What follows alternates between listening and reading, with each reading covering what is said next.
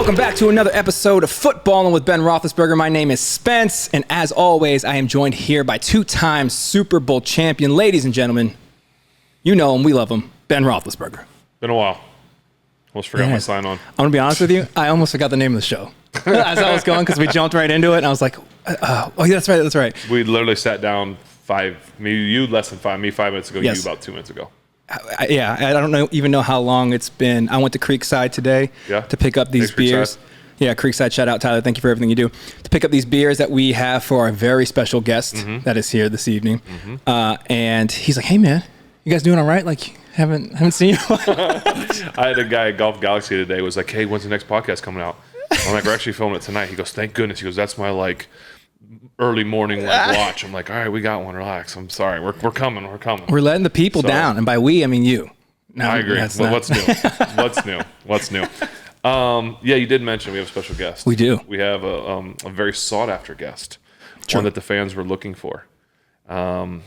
This town, okay, I'm gonna put it out there right now, is built around football. We can all that's super obvious. Yes. No offense, Penguins Pirates. Just it's what it is. And then as you break it down even more, okay, the next highest level when it comes from the Steelers is the defense. Yes. It's just what it is. You can have a great quarterback, you can have a great running back, Jerome Bettis, and you can do all these fun things, but they will always care about the defense, which is fine. Which is why they loved Coach Coward, defensive coach. Are you okay with that? Hey, listen, I'm used to it. Trust me. When I first came in, I'm like, no, we're going to change it around. No, I'm not changing it. And that's fine. So, that being said, we've had last episode. It's been so long. Was Kenny the last one? I think he was. Kenny was the last one. Yeah. Offense. Yeah. That was huge. We had a lot of people tune into that one. I really like that conversation. I think we should talk about that a little bit tonight. I don't want to take up too much time from our guests. I don't remember a lot of it, but it's so long ago. I just think that was a really cool conversation. Kenny, thanks for coming on. But I also am, and when you opened up about what you opened up about, I thought that was huge. And I think, I don't know, it's sports. The thing I got blasted for that I said I get blasted for? Yes, that's, yeah. But I thought it was good. I got so many notes from coaches, players, doctors. I mean, literally so many people told me, yeah, Ben, any normal human being is going to feel that way. Yes. Yeah, I know. But there's always the people out there. But anyway, back to our guest. Yes. Because he's the defense. Yes. And he is defense. Did you say he's the defense? The yeah, defense. I was going to say that's I didn't mean it in that kind of way, but yes, he is the defense. It's been a long time since there's been one of those guys that truly, when he's not playing, you're like, we might not get this one. He's a game changer. And people have been clamoring for this one. My son, I'm waiting for him to he's supposed to be in bed because we can talk about this as we get going because I need to introduce him. But he's it's his favorite. Oh, for sure. He's coming. Both of them. And they do the whole dance and all the stuff. So our guest, the very special, I think we need to call him Mr. Watts. I mean, TJ Watts. Thank you, guys. Thank you. What's going on, buddy? That's probably the most generous introduction I've ever heard. So thank you, guys. We're going to keep going for a while, but we decided that we need to. We had a whole thing written. The fans, I guarantee fans, will you guys shut up and talk to TJ? Yeah. Yeah. Regarding the last podcast, I think I was telling these guys I went on, and I think it was it 2 or 3 months since the last podcast when I went on the YouTube page. So I'm glad we're getting going here. Well, and TJ is a subscriber, so we got to keep our subscribers happy. If you guys love TJ, he subscribed. You guys subscribe. I did. I went on. I did my homework. I watched Alex Highsmith a little bit, and you pitched to subscribe, and I was like, it's too easy not to just hit the button. Because you were going to do some impersonations too, right? Right. No, absolutely. Oh, we weren't doing that. No, that's him. Okay, I thought. I had no idea about that, by the way. He loves it. Did you know that? You knew that from day one? He loves the water boy. He loves the water boy impersonation. So I've definitely heard him do it a lot, especially when he's mic'd up. But he likes doing it. He likes to. When you hit us with that, I was like, wait, what? You thought I was joking? I had no idea what was going on. I had no idea, and so he doesn't do that on the field, really. The OTAs and stuff, he'll do a little water boy run or something like that. But I had no. But anyway, that was funny. So he told me about that, and I know him, pretty well. I thought it was I have a just a fun gag, whatever. I didn't think they were going to be that legit. His Joker one that he just fell into. Oh, the wise. Yes. Yeah. I forgot about that one. Yeah. My father. Yeah, he gets all into it. He's got it too, though. Yeah, I got a little bit of it. Not as good as him. That was wild, but he fell into it. I was like, oh, this isn't a game. This man can actually do this. Like I said, I had no idea, and I was almost like one of those things. Like, is this for real or is it a joke? Like, I didn't know if I should laugh or be serious, but I was like, I think he's both. going. It was both. It was going. for real. Yeah, slowing down, and he did good too. Yeah, he commits. He did. I will probably be sorry for you fans out there if I'm checking my phone a lot. It has been a truly tired day for the big guy here. I'm just being honest. I feel like we say that a lot. Like, we're just so exhausted. We're doing this show. Yeah, we're the most tired show on the internet for sure, by far. But I got my wife is I was explaining to you a little bit when we got here. The farm where we're doing our ministry stuff. There's my wife's friend's in town. She's a designer, interior decorator, designer. I don't know how you say that, but anyway, she's here helping. So it's basically like as she plans this week, where it's like, hey, I'm gonna be with them like from sun up to sundown. Yeah. And you got the kids. I'm like, all right, cool, I can handle that. That's no problem. And sure enough, every time this happens, somebody gets sick. Well, not one of the kids got sick, but 2 and kind of 3 is not feeling well tonight. So I've got 3 crazy sick kids upstairs, fevers, all this stuff. I think they're all asleep, but I'm going to keep checking just to make sure. So if I have to disappear or if one comes down here. You just dad, and I guarantee you they're going to leverage their sickness to be like, TJ, you were here? 100%. I didn't know you were. I don't know if that was tonight. 100%. Anyway, I got this jersey that you can sign this. Well, like I said, you better not send a picture of them eating ice cream or just relaxing over there while you're over here struggling. I know. I did so much. So she may end up sneaking in here at some point to make sure everything's good because she knew we were doing this show. I was like, listen, I don't care if my kids are sick. TJ's coming on. Yes. Our fans and TJ are more. No, but no, don't go there. But yeah, TJ a little Watt. tired. It's TJ Watt. Yeah, you understand? He's coming over. You will accept this right now. And while we're still at it, Goldie. Oh, here you go. Just for you. The CFL shirt. It's my CFL shirt. We know you're a dieharder and how much you like. I think also CFL just started too. I think they're like open a week. Summer League, right? Is it? Yeah. I think so, yeah. Sorry. But I respect, I mean, we were talking about a little bit trying to understand the game. If Goldie was here, he could break down every single detail of it. And just for the people who don't know, who is Goldie? Oh, Goldie's was my trainer. Last 5 years of playing, and he's from Canada and like a die-hard CFL.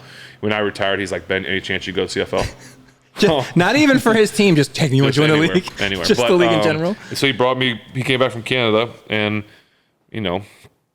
typical, Canadian, bringing back a bad accent. Beer. We'll see what the beer tastes like, and all the smoke. All the smoke. I mean, so he brought me a shirt and brought us a beer that I think we're going to try tonight. Yes, says his favorite, and if it ends up being one of our, I like to give Goldie a hard time too.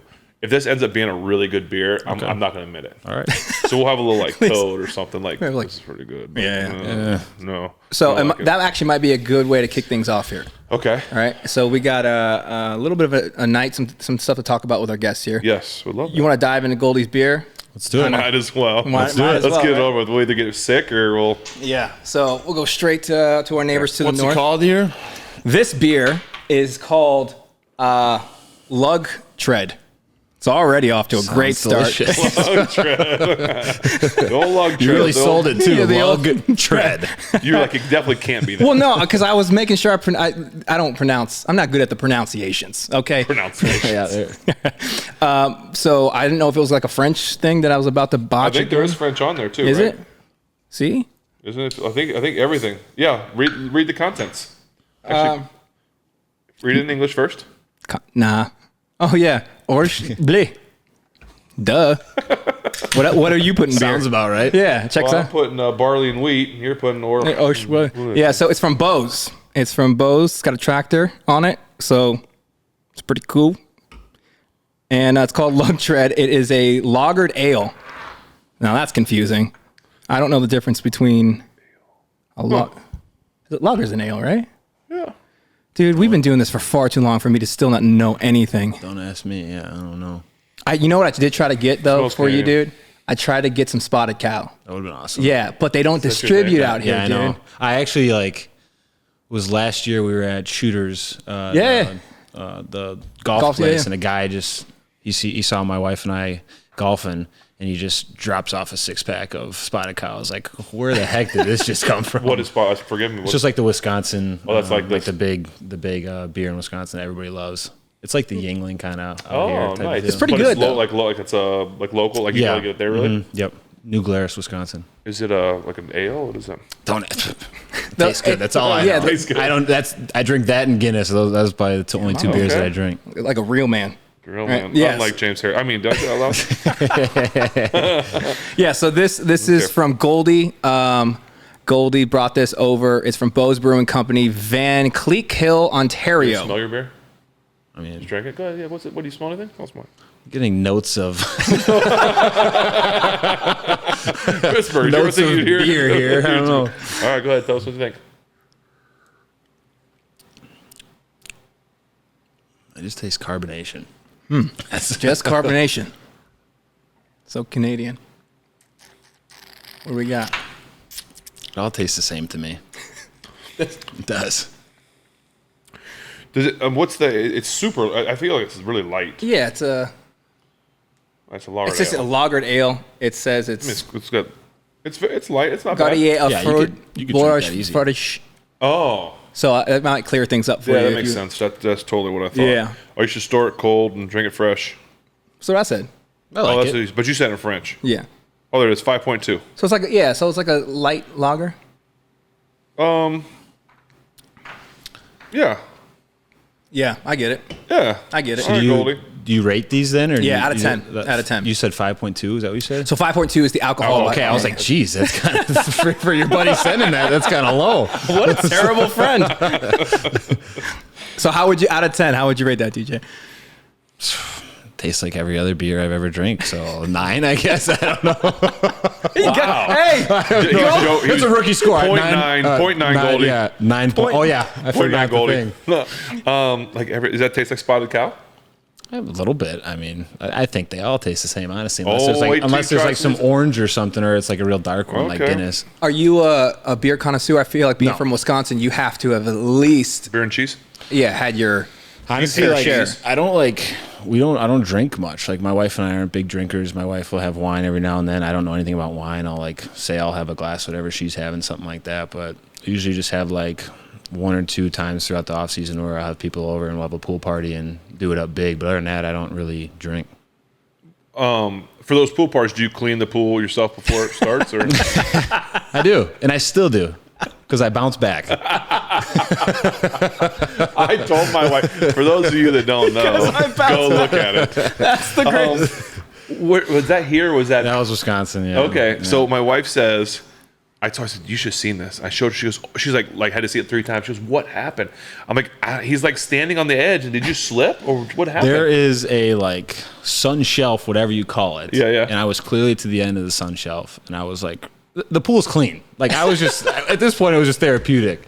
I'm reaching more for absolutely this little leaf, and I must have forgot that I was at the end of the sun shelf, and I just took 1 step. Oh, so you tried to step one more? Closer. And I just crumbled, absolutely crumbled. And the phone made it out safe. A lesser athlete would have got hurt. I made it out fine. Of course. My dog didn't care because I just yelled at him 2 seconds before the video. To get out of the pool? Oh, he keeps digging all these holes, so I was yelling at him, so he didn't look like he cared at all. Yeah, exactly. You deserve it. That's what you get. Yeah. That's what you get. Yeah, that was so. I remember seeing the headline. I felt like falls in pool or something. Yeah, Pittsburgh was couldn't laugh at that because we're like, is he okay? Well, it's one of those things where I'm like, it's such a funny video that I'm like, I have to post that because it's just hilarious. But then people take it such a wrong way where it's like, okay, calm down. Was the pool was it cold?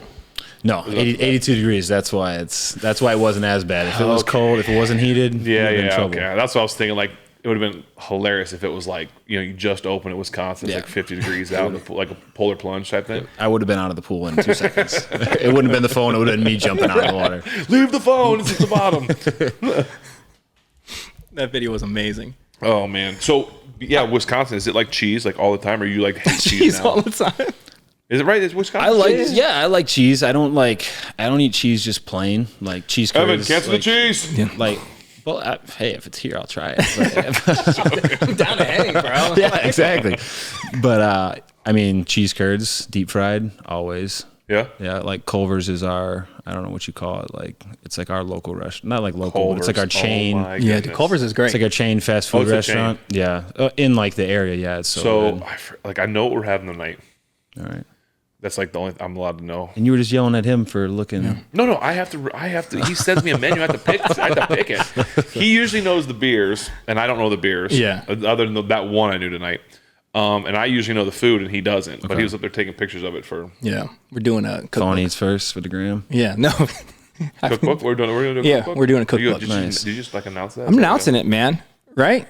Because knowing us, it'll be 4 months before we. No, we're doing a cookbook. It's actually really cool. I won't announce what it is. We'll have more details on it soon. But I think it's a really cool idea that we came up with, and Evan's doing a lot of hard work. So I'm just photographing it, but Evan's doing a lot of hard work to get the fans the recipes. Cool. Very cool. Yeah. Very cool. But yeah, so I know what we're having, but I forget. Well, he sends me like 8 things to choose from. And he does homework, right? He tries to figure out. Cool. And that Culver's was one of the places that he looked at. Okay. Or knew about, right? Do they have custard there? Yes. Okay, so yeah, okay. It's different than the custard out here. Like custard out here is like soft serve or something. It's like buttery ice cream. Like it's different. Okay. So really I should let him explain it, because one of the things that he sent me, I was like, what is this? And he goes, it's from Culver's. It's like their second best seller after their custard. We ended up not going with it, but I'll let him describe it. But so when you say Culver's, I was like, oh, I'd never heard that, obviously. And then he mentioned it. So, and then you have like a local. Is it like Hardee's? Kind of, yeah. I mean, it's like a chain. You can get, chain? yeah. Like It's a true chain. Like you can get chicken tenders, the butter burgers, what they're known for, like a mushroom Swiss burger. But you can get like a fish fry. I mean, you could pretty much get anything there. Huh. It's just a burger with just like a big stick of butter. The butter burger? Pretty much. I mean, it's nothing's healthy. Nothing in Wisconsin's too healthy. Yeah. They're deep frying cheese. Exactly, yeah. So. I don't know that I've ever had, what's it called, a cheese curd? Yeah, cheese curd. But like, is that just when you say cheese curd, people say like you get like the ones that are just refrigerated, like not breaded. That's so some people be like, do you want some cheese curds? And be like, yeah. And then they give you the non-breaded one. You're like, okay, I don't want this type of cheese curd. So if I go to a restaurant and they have, I don't want that one. Are cheese curds usually warm or cold? Depends. Warm. Yeah, depends. I mean, some people eat them cold, but I like to eat them like deep fried and warm. Yeah. So that would be like you can dip them in marinara sauce, like a hot cheese ball, right? Like you get this, like hot cheese ball, they'll fry. It's like a marinara stick, just like a mozzarella cheese stick. Oh, good. What cheese? Is it normally mozzarella? We're getting heavy on the cheese right now. So deep cheese. This is a cheese podcast. Culver's actually does like white cheese and the orange cheese. So I don't. Well, Wisconsin's just known for all cheeses, right? It's not Swiss cheese. I did. Cheese. That's all. Cheese and cows. I mean, that's all I got. Sorry. We're cheese and cows. This is what we do. We just have conversations. Yeah, hanging out. Yeah, just hanging. Well, you might be in for a treat. All right. You might be in for a treat. And I do want to. You mentioned you and your wife are golfing. Are you guys good? No. No, you golfed. We've golfed. Fun. We've golfed. I just played Sewickley Heights. We golfed once for Camps thing too the other day. Yeah, how was that? Golf outing. Four people with me, right? Don't know anybody. Great group of guys though. But they, you know how everybody at those things. Were they expecting greatness from you? I don't know, but everybody's always like, I'm not very good. And I'm always like, okay, yeah. You go out there and pipe at 250, whatever, 300. But these guys really weren't very good. And I can say it. And I can say it because they knew it. Like, God, I hope they watch this. I hope they watch this. I'm talking. I wasn't very good either, but it was just funny. Listen, I don't care how good you are. TJ Watt calls you not good. You're right. Dude, you're not good. You're right. I'm not good. They could be really good, but you said they were good. I took a video. I sent it to my group chat. I was like, dude, I'm on hole 1 right now. We're like +2. This is rough. Like, we're not good. I might be the best player out here, and I'm terrible. But it was fun. Like when we played, you weren't that bad. The driver's in the bag.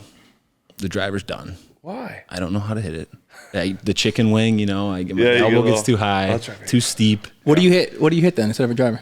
3-wood. But you can hit that fine. Yeah, I can hit 3-wood fine for the most part. And then late in the round, I get hungry and tired. Starts pushing. What do you hit in your 3-wood? Dude, I don't freaking know. Hopefully straight.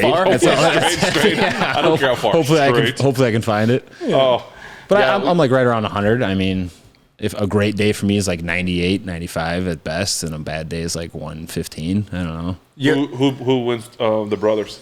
The brothers play? JJ lives on a course now, so it's ridiculous. He's like good? Yeah, he shoots like in the 70s or 80s? low 90s. I mean, maybe upper 80s. I think he's broken. So he's not like a. He's not. No, like he's not up there with you. He's too big to stay in a club. He's losing weight. Are too big. He's losing weight.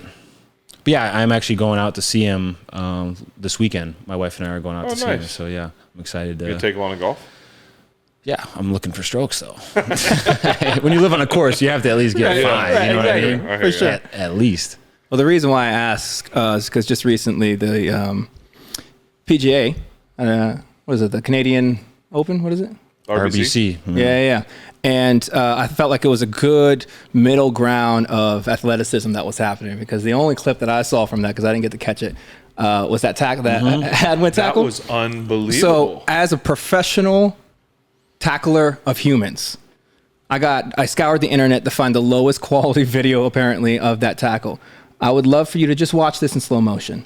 And what angle do you have? Because there's so many different angles. I think it's like the best. I think it's the best one. He rounds the edge, and I would love for you to break down what you see as it's happening. I'll put it on the screen for the people. Can I swear?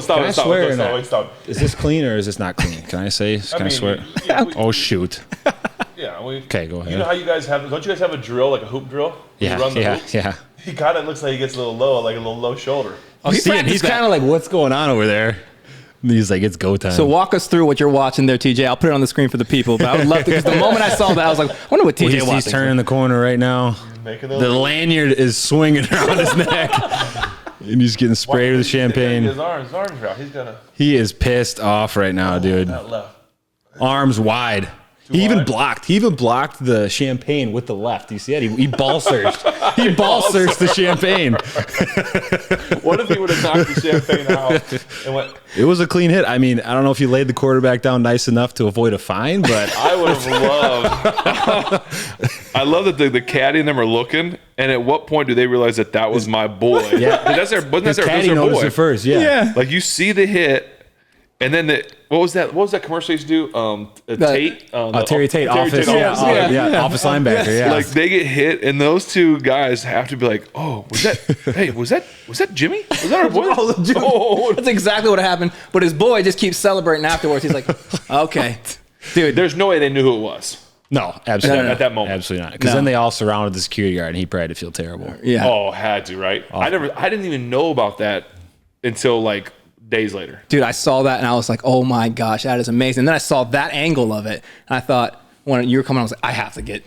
Were there a lot of different angles too? Like, that's the best one. Because people were filming on their phones and stuff. But you got to give credit to the dude with the champagne. Hadwin, like, because he didn't drop the champagne bottle. Kept spraying. He held it. Like, he held it. I was like, it's impressive. He had to get the wind knocked out of him. Oh, no doubt. He's not looking at that. Check on the ribs, honestly. That's a high fall.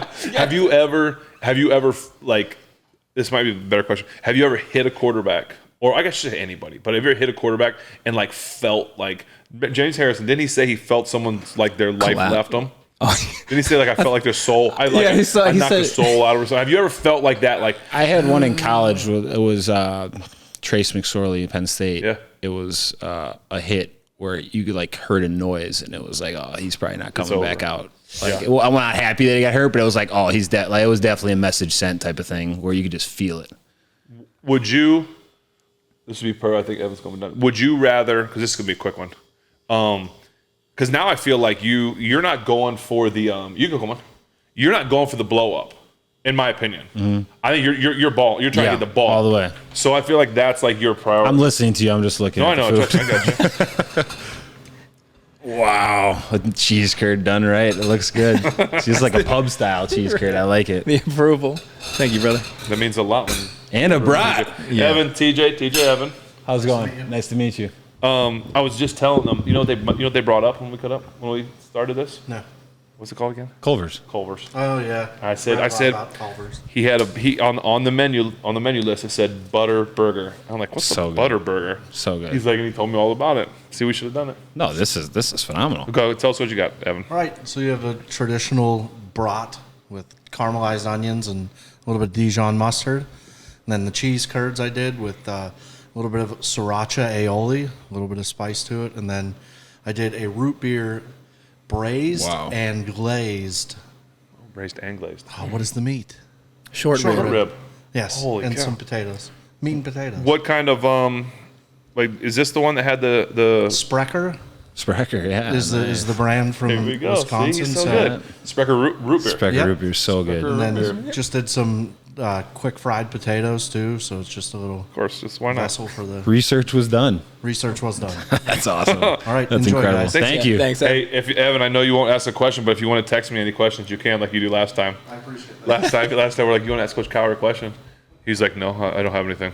So he went upstairs 2 seconds later. He sent me like a message. Can you ask him this? Thanks, Load Evan. up a queue of questions. Right. So this gets the stamp of approval? Yeah, you start with the cheese curd just because you don't want those to get cold. So you at least try that first. I love that you have a method too, man. But yeah, I feel like you're not taking them. That's pretty good. Yeah. That's good. Yeah. I mean, pair that with your beer and you're in heaven. I feel like you're Wisconsin not just taking got the it life out of anybody anymore. You're trying to get the ball. Yeah, I mean, with all the fines going on these days and just being able to change a game, I feel like at least if you tackle the football, you're going to avoid like going low on the knees. You're going to avoid going high for the head, and you're going to have a chance to impact every single time you're around the quarterback. And like we always say, even if you just hit the ball out, you don't even have to tackle the quarterback. It's a sack fumble. You still get everything, and you can change the game in one play. Whereas, I mean, the big hit is cool. It's a highlight play, but at the end of the day, it's just a 4-yard loss, 5-yard loss. Like, you could care less. I beg to differ. I do care. Disagree. What has there been a hit where you felt it, where it's like many times, or just No, the hardest hit we talked about it was early on in my career. We were in Baltimore, and remember Bart Scott? Okay. Bart did. Yep. Bart came around his left, my right side, and Willie Parker, love you to death, but Willie went left instead of right to pick him up, so I thought he was picked up. So I was looking left, and he hit me in my chest, and everything went slow motion from there. You know, like I felt my body get lifted off the ground, and I saw my feet like just kind of go past level 1, level 2. There's the sky, hit the ground, lay there like I can't. That was a true pile driver. Like, it was all body weight. Yeah. It was everything. And Bart wasn't the biggest, but Bart was like that perfect size of like speed and size. And I mean, he hit me so hard, and I remember laying there like I don't know that I'm alive. Like it was like so. He may have heard and felt like, I'm sure Bart would love to comment on this story, but you know he may be like I felt like it was like I took everything out of him. Yeah. And I that was the hardest I ever got hit, and I laid there because it hurt really bad. But I didn't miss a play. Well, just think about how crazy that is in like a non-football setting of you just standing there looking away and a guy just coming running full speed unblocked and just being able to tackle the crap out of you as hard as he possibly can, like, and land on you and do whatever you want. And then you just have to get up and go out there and do it again the next play and hope it doesn't happen again. Yeah. I always thought that was wild as you guys went on through the season. So that's something that I didn't realize the toll that is taken on your guys' bodies until probably your last season when we were documenting it. And so it's like, dude, the bruises and the injuries and stuff like that. To expect you to go through all that you guys go through, and then in week 15, it's like your 100%'s not. Thank you. 100%. Well, yeah, you're not 100% till you retire. Really, it's a war of attrition, man. It really is, and that's why it's so important to take care of your body as much as possible. So that late in the season, it is important that I'm still able to work out and practice to whatever extent, because you know that guy from the other city that you're playing is probably taking a day off. Let's say, I mean, like, I don't look at practice reports for like to see who's hurting. I just want to see if the guy's practicing or not. And if he's not practicing, I'm practicing. That's already a level up mentally that I have on the guy that I'm going against. That's interesting, because you don't care as much about if he's playing or not. You want to know if he's out there working. Yeah, I mean, at the end of the day, it doesn't matter who's out there. Like, it doesn't matter who's lined up across from you. It's all about trusting yourself and having. I mean, football is the ultimate, like, I mean, every sport is, but when you get to the highest level, it's all about confidence in yourself. And you play the best when you feel like you're unstoppable. And when you're unstoppable like that, it doesn't care. It doesn't matter who's across from you as long as you're on the top of your game. And I feel like that is such a huge part of what makes guys successful at this level. Have you, I never thought about this in a defensive sense. You know how they talk about like being in the zone, right? Mm-hmm. You talk about basketball, and I know I felt as a quarterback where like every throw you make's right, every read you make, every call you make, whatever, just like I'm on today. Yeah. Like this. Do you ever felt that like defensive wise? There's definitely moments where like I'm getting in my stance and it's third down and like the crowd's going nuts and like I'll tell myself like it's about to happen. Like this play, it's happening. Like play clock's going down to 3. I'm like this, like I can just feel it. And like that's like I've had so many of those feelings in my career where the only way that I can say I feel it is through all the hard work. Where it's like I'll be out there and I'll be like, dude, I was doing prowlers in the summer, like for this moment right here. Like I'll legitimately have those thoughts. That's dope. And it's like you're unstoppable. Like you put in the work. Let's go to work, and it just pays off that way. I don't know if like I wish every play like you every throw. Yeah, but no, it doesn't quite happen like that. Well, yeah, because you got runs, but that's why I wonder if there's ever just like games where you're like, man, every move, my moves are working today. I'm getting a jump. I gotta beat on this tackle or whatever, or it's like I'm getting home. It's nice early in games. Like if you get a win, like a sack early in a game, and then more than anything, like it's a mental game for the tackles too. So like you have them in a mixer right away, and that's always the best feeling. Defeated early. Yeah. I feel like you're one of those dudes that O-lines are highlighting every single week. And then, this guy, watch out for this guy. Is there ever a guard you're going up against that you're like, oh, God, I hate going up against this dude? He would go against tackles. Well, yeah. He was talking when I slant inside. He knows. What were you talking about? I was talking about specifically that when you slant. What was it, slant inside? Is that what it was? There it is. You'll find out very quickly if you have not already, TJ, huge sports guy over here. Hey, you know enough. You can tell by how tight my jeans are. Yeah. Was there? He goes ripping on himself. Yeah. We got to pick you up here. No. Trust me. There is not a critic worse than me. I'm an easy target. But yeah, is there a dude that you're lined up on the other side of the line that you're like, okay, he's gonna be a handful today? I mean, yeah, there's definitely a good amount of like excellent players in the NFL, but like I said before, like as long as I'm taking care of my business, I should be able to at least have my fair share of wins. Like you said, playing defensive line or outside linebacker, whatever it is, when you're rushing, winning 10 to 20% of the time is excellent. You don't. I'm not expected to win every single rep. Sure, guys are going to get the best of me on reps, but I'm just trying to be able to win a good amount of reps and make as big of an impact on a game as possible. And sure, some guys make it tougher than others, but I just try to focus on getting ready myself more than the opponent. Hey, man. Turns out you're pretty good at it. Sorry, I'm just checking on my kids. All right, all three are sleeping. That's good. What do we think so far? It's excellent. You can really taste the root beer in these. Yes, I'd never heard of that root beer. It's like Specker? root beer. Yeah, it's good, especially in root beer float. A&W does it. I'm gonna try and go here on the. What do you do the root beer with? The short rib? Root beer, the short rib. Yeah. Okay. Does it compare? I know it's not like true authentic, like Wisconsin stuff, but is it okay? I mean, you like it though? Yeah, curds and cheese curds? I like it. I'm very like it. Does your wife make cheese curds? No. That's good. This is my a big bite too. I mean, this is my favorite moment. making myself at home here. I feel like I'm at home. My favorite moment in the podcast. There's just like 5 seconds of dead air while we're all just eating. Well, now I'm like, get away from the microphone.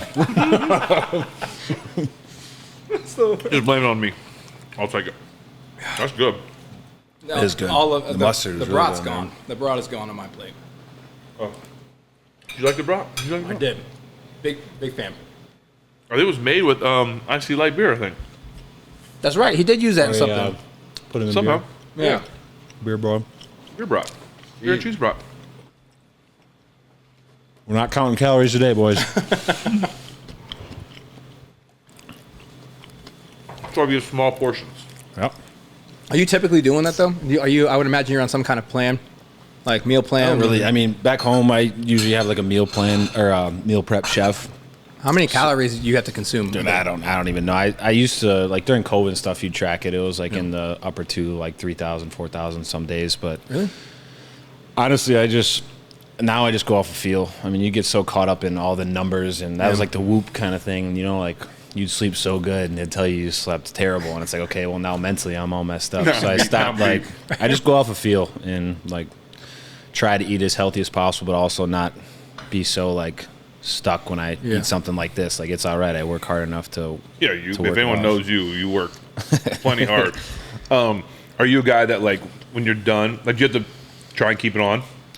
Yeah, I mean, so when you're done, are you going to be like tall and skinny? Probably. Yeah. I think so. I'm not going to run though. Like, that's something I'll never run for pleasure. So I'll probably I don't like those people either. Yeah, it's called wisdom, my brother. There's a couple things I will never do again when I'm done football, but I don't know. I mean, I'll probably pack on a little bit maybe, but then it'll shed off really quickly. Yeah, good for you. It's like Pouncey right now. Like those guys are getting so skinny, man. Yeah. Al too. No, we don't talk about Al on this show. No, it's fine with me. Beefcake Al? Beefcake Al? Oh, 8-pack Al. Yeah. No, I wondered about that because that's, when you get done, is it easy to come off, or is it you one that had to, fight to keep your weight up? It seems like the small guys get big and the big guys get small for the most part. Did you see Casey Hampton when he was here, like not long ago, for Troy's thing? He looked really good. I know you didn't play with Casey, but I've seen pictures. Yeah, okay. You weren't with Casey. Yeah, he looked really good. But you're right. A lot of guys just pouncing. Them guys get small, super small. I was surprised, man. I didn't realize how tall Pounce was because he was big. Mm-hmm. He looked taller when he's skinny. Yeah, he was thin. I was like, dang, Pounce. I was like, looked like he would have played basketball. Yeah, he has no basketball skills. Pounce, I'm saying right now, you have no basketball skills. Good for that. Just joking, Pounce. Love you. So educate me on this time of year. You guys are starting up OTAs? You guys are finished OTAs, right? Yeah, minicamp is this week, so we have one more. Is tomorrow Thursday? Yeah, one more. Oh, Thursday. That's like the 2 a day, right? It's like a it's like with the break in the middle, and then we have all the NFL meetings. Yeah, sorry, I can't call it 2 a day. It's not a 2 a day. Yeah. Legally, it was a 2 a day when I was a walkthrough. Yeah, because the difference is OTAs are non-mandatory, and it's just like it's a couple hours. Yeah, usually done by like noon. Yeah, but now we're there till like 4 because you have to. It simulates like a camp. Yeah, it simulates like a fall camp. And they're mandatory, which is the difference. So guys have to be there. Now you don't have to necessarily participate all the time, but you got to at least be there. Unless the team excuse you. That's why Aaron Donald got excused or whatever. But so are you going right now? Just doing little bits here and there? Are you doing anything? Or I'm just watching right now. Honestly, we have so many. For a guy like that, you don't put him out there right now. We have so many young guys and so many new guys that it's there's only so many reps that you can give this time of year that. A, exposes guys, and also B, lets coaches see them. So it's let those guys get the reps. Right. And, I mean, there's still so long until the season, and I'm just Well, the other issue, too, with you is I'll say this. This is a two-part here. You're a professional. If you get a true professional guy that knows how to practice, okay, he will go hard, but he won't go so hard that he's going to, like, hold or do something bad. Like, it's like, okay, I'm going to rush hard, for instance, and if the guy ends up getting me, I'm just going to back off. You got me. Good for you. Like Alan Fanek, I used to always talk about him doing that. Like Alan would go hard, but not so much that it was like driving someone to the ground or something. Like, and if he gets beat, it's like, okay, you got me that time. It's not, I got you. Professional. That's like you practice like a professional. You don't just try and run someone over all the time. I've played with many of those guys. You probably still have guys on the team that are just like go harders all the time, going hard. The Rudies, right? Which I get to a certain extent for if you're a guy that like is a non-drafted or a late round guy and you're going hard, there's a little something there. But if you're a first, second round guy that's going hard, you're probably like, hey, relax, okay? Your job's secure, man. Yes. So that's the one part of what I'll say. But then the other part of what I'll say is that if you get a guy like him that will go hard, right? He knows what he's doing and how to go hard. It's like you don't want that to get you don't want to get hurt, right? Like it's too valuable to have that guy out there. And so it's hard to pull the reins because he's a competitor.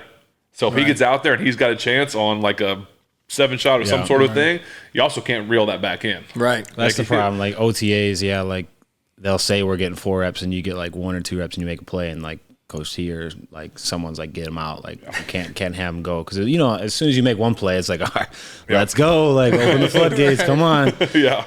Yeah, so I can see why you're not out there. That's probably a good move right now. But that's a big thing. Like you forget about it because all throughout the regular season, like everybody's practicing like professionals, and then every summer you kind of have to like relearn. Like like guys don't practice like this all year round. They're hitting the quarterback's arm, like ducking in front of the quarterback, and having the hand hit the helmet, all that stuff, like jersey pulling.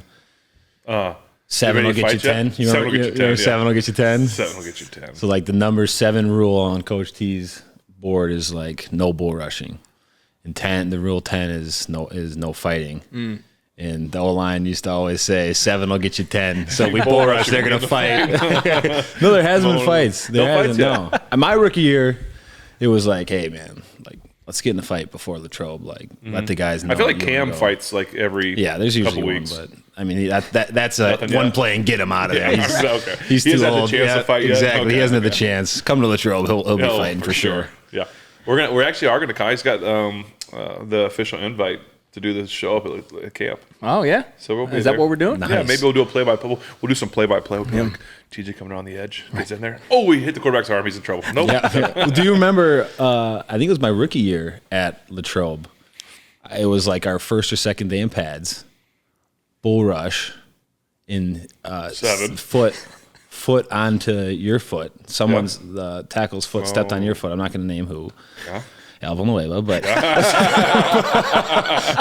couldn't handle it. Stepped on your foot and you went down, and I was like, no. It was so quiet, and I was like, my rookie year, I'm like, it's over already.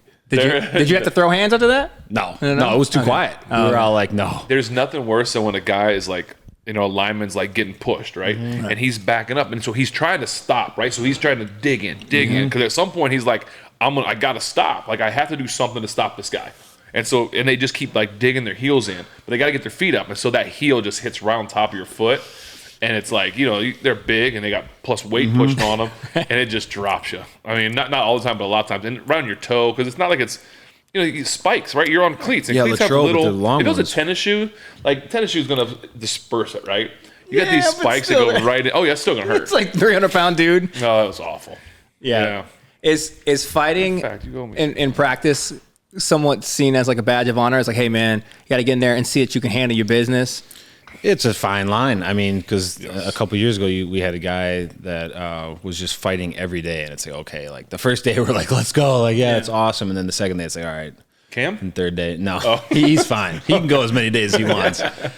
But yeah, it's like, we can see through all of it. Like if it's a tough guy thing, or if it's a genuine, if it's like a guy that is established and he gets pissed off and he goes and fights, it's like, all right, we got his back. Because clearly you did something wrong to provoke him to want to fight. But other than that, you don't really see many guys getting in. I mean, there's usually one fight at camp, if that. It's almost always like O-line, D-line, because of a rush or because you held my jersey or you did something. Every once in a while, maybe a DB wide receiver because of something like that. But it's usually...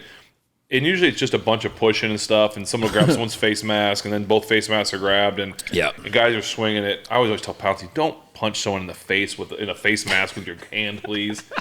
But to your point, when you get a guy like I used to always say is when Heath Miller, maybe 2 or 3 times in his whole career, practice, games, anything, got into it. Yeah. Like it was going to be a fight. Like the record screeches, everyone stops, and then I think even defensive guys were jumping on the person he's trying to fight. Like, that's Heath Miller. Like, no one, And so if that guy's fighting all the time, it makes you be like, really, here we go again. Yeah. And when it's the guy that doesn't, if he's going to get into a fight, people are going to come run from all over the place because it just doesn't happen very often. Right. So when that established guy does and it doesn't happen very often, they're coming from all over. And you also have to understand, we're around the same people, going up against the same guys for 20 days in a row, and it's like at some point you're pinned against the same guy, and Coach T's putting stuff up on the big board. And He loves it. He loves it. But I mean, I'm a guy in those meetings where any little thing he says, I'm like, oh, he's talking to me. Like that really? That's right at me. So you have those moments where it's like day 20. And if you're on the wrong end of it the night before in a team meeting, you're like going in there wanting your get back. Yeah. And then that's where the hostility comes from, and that's where a fight could potentially break out. Do you think that, and this is just dream with me here, do you think the NFL would ever allow fighting like hockey? It's like, hey, all right, pick one guy and just let it go. They're too valuable. Players are too valuable. Okay. And no, yeah, I was going to say, what you could. Yeah, not that hockey players aren't. Let it ride. Because the reason I would say it is because what you would do is you would send, which they've eliminated in hockey now, like you would send a goon. You would get someone on our team, and you'd be like, hey, go take out the quarterback, or go take out their best player. Yeah. And if it's legal, then what's to stop it from happening? So if it was so valuable, and guys like Sidney Crosby and whatever are super valuable to the team, but it's at some point you can't afford. I just don't think you could ever afford it. And there's no boards, so like there's nothing in between, man. The benches are clearing right away. Yeah, instantly. Yeah. You could say if it's a rule and like, hey, stand in the sidelines, let them go. First one to drop, the refs jump in and break it up. Like do it like hockey, to where like you can jump boards too. Just drop in an octagon and just like do a whole thing. It's time. Bruce Buffer just comes out of the tunnel. If that was the case, that was a rule, and you allowed the people that just the only two people that were getting into it could fight, and you sent a goon out to fight like the quarterback, then a smart quarterback's gonna just fall to the ground. Yeah, no, but you can't. No, it's like but it's the goalie rule. You can't do the quarterback, right? And if somebody hits you dirty, then it's like, all right, here we go, making more rules. Right. We're auto-regulating that. I feel like Roger Goodell over here. They're already protecting everybody. Right. Do you, talking about camp, you've done both Latrobe and when the COVID year and all that stuff here. What are your feelings? Do you like going to Latrobe? I mean, I like Latrobe for the fans and, I mean, being able to go out to eat with the guys and stuff and being able to hang out. I do think you can't put a price on that. Like being able to, I mean, we were playing categories, Jenga, like all these like household games and getting groups D-line playing with the quarterbacks and the corners and wide receivers, just like groups that would never really get together. Time. Yeah, a ton of bonding time. And that's what's so special about Latrobe, and you have the adversity that Coach T always talks about. But it was dang nice at Acrisure Heinz Field then, being able to be done at 3 o'clock and sleep in your own bed, because that was like the mental side of it was a nice refresher. You feel the same? Especially later in my career, like having a family and stuff, being home, I loved it. I would have liked to have gone back one more time for that, just to have that one last time with the fans, one last time walking down that hill. I mean, I did it 16 times or whatever. Having my son come up and stay. He stayed a couple times. That's cool. Like having him come up and stay, like he would love that. So to get to do that would have been a lot of fun. Even as crazy as it sounded, to eat in that cafeteria one more time. Those people, I love the people. They're so nice. They redid it. Did they really? It's up top now. So like, what was your furniture order? I just did my furniture order today. Well, when I first was there, when I first got there, we had to share a room, like one of those small rooms. That's how I was. Yep. And then it got to the point where you one room share the thing, right? The bathroom in between. So I was with Kiesel forever. Okay. And then when he retired, I got to have both rooms. Beautiful. So one was my bedroom, and one was like a loungy area where we would have like people would come in. Yeah. Mike T would come in there and sit, and we would talk and whatever. So in there I had like couches, refrigerator, TV, like a lazy boy, and then the other side was just the bed the big bed with a lazy boy on that side. So I kept it relatively mild. Yeah, that's good. I mean, who do you share with? My rookie year, I was with Keon Adams, outside linebacker. And we both got king beds. We shared a room. Hold on. So how did you? We didn't know. We didn't know. So like the rooms are. We didn't talk. Like we didn't know what each other was ordering. So I was like, I want to sleep in a king bed. Yeah. Like, I thought I was like he got a king bed. So like, I never got a king bed. When I had the whole room to myself, I get a queen. Well, there was zero room. Be honest, were those beds touching? They were not. They were not touching. Pretty cool. They were not touching. But it was like there was no room at all. But now, so this year. So last year was the first year where I had my own room, because then I was with Switz the one year. And then last year it was me, and then my brother Derek was in the other one, so that was kind of cool. I could mess with him. Yeah, that's cool. But yeah, so I still do the king bed just because I just got to do the king bed. Big guy, I get you. A little recliner, just because I don't want to sit in the bed all day. For sure. And then I do the TV and a mini fridge. Nice. Who's going to be your suite mate this year? I don't know. I'm not sure yet. We'll see. Do you request it? No, I don't request. No, we'll see. We'll just see. Okay. Can you do that? Can you like, hey, I don't like that guy. He's cool. No, it probably wouldn't be I don't like it. Probably be like, hey, can you put me with this person?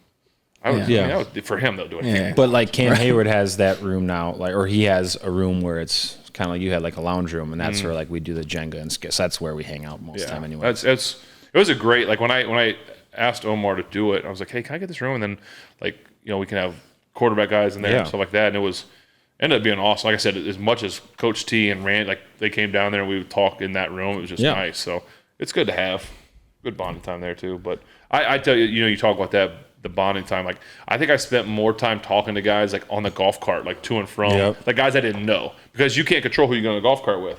So I would get on the golf cart with someone that was like the third DB. Like, oh, get to talk to someone. Like that's a moment you get to actually spend with guys you would probably never, ever usually get to see. And you automatically have something to relate to because they're going through the same exact thing that you're going through. How'd your day go? Yeah, exactly.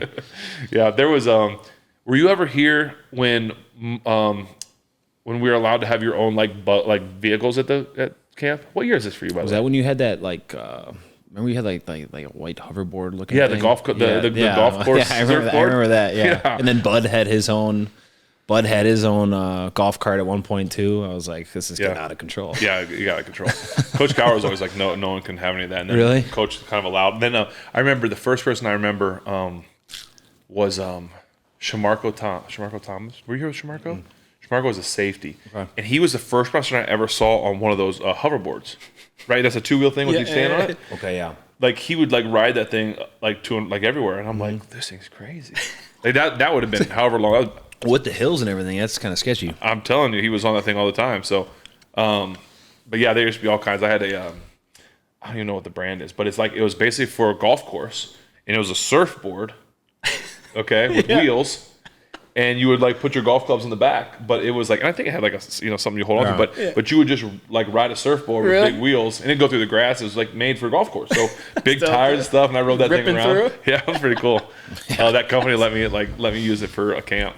I feel like that's, I don't know, man. I feel like you fall off then. You might catch yourself a little twisted ankle. I feel like you're not supposed to fall off. Yeah, well, I know. We're athletes. Come on. Yeah, man. no, I know. I get it. You mentioned Omar when you're talking about the rooms. Obviously, he's in the GM position. How do you feel like this past off season has gone? I think it's gone well, man. I think we've added a lot of key parts, and I mean, every year it seems like we're always adding pieces, right? And we're always getting new faces. But this year it seems like it's even more. And there's just so many talented players around the league, and I feel like they've done a great job of going out and acquiring some good talents. And just in the short amount of time in OTAs and stuff, it seems like everybody just loves ball, and we're all gelling together pretty well. Thank you. Yeah, I know every year you talk to guys in the league and they're like, yo, this is the year you can, I think you guys have to have that mindset. I think if you go into the season without that mindset, what are you doing, you know? But the people I've talked to within the Steelers organization have said the exact same thing. I don't know if it's language you guys use on the inside. It's like, dude, this year just feels different. It just feels different, whether it be, maturity on the offense. I know the offense was young last year and having that year to kind of mature and grow together, whether it be the additional pieces you guys have added on the offseason, man. Is that a sentiment you would agree with? Yeah, I mean, I think it's still too early to have true sense of this is the year, just because they always say you don't want to be the guy that's just crushing it and without pads on. Then you don't really know the personality of everybody yet. So it's too early for that. But I'm very encouraged with the direction that we're going. I mean, especially on the defensive side of the ball, that's what I can really speak for. Is just guys are flying around. We're having a lot of fun. We're communicating.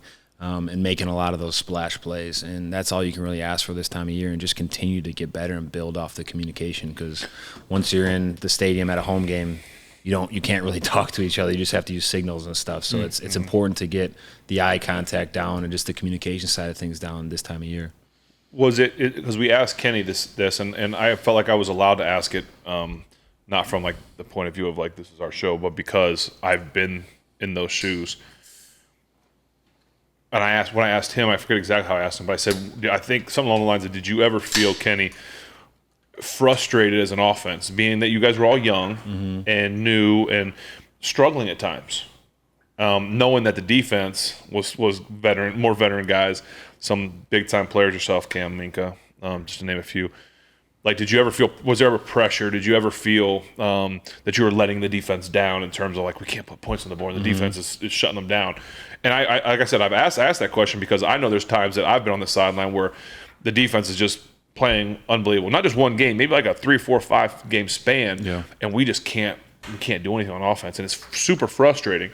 Did you ever feel that at all as a defense, especially as a veteran guy? And again, with the excuse for the offense that they're a bunch of young dudes. I mean, especially a young quarterback and learning kind of a new offense, and then the transition of new linemen. They had a lot of I'm not giving them an excuse, but they had some reasons to maybe struggle at times, which I think at the end of the season they started getting better and won a couple games late, in fourth quarter drives. But was there ever a time like on the sideline where you're just like, come on now, like we're a veteran group, like we're trying to do something here? I mean, honestly, not really. Just because we're so prideful as like defensive guys, so like.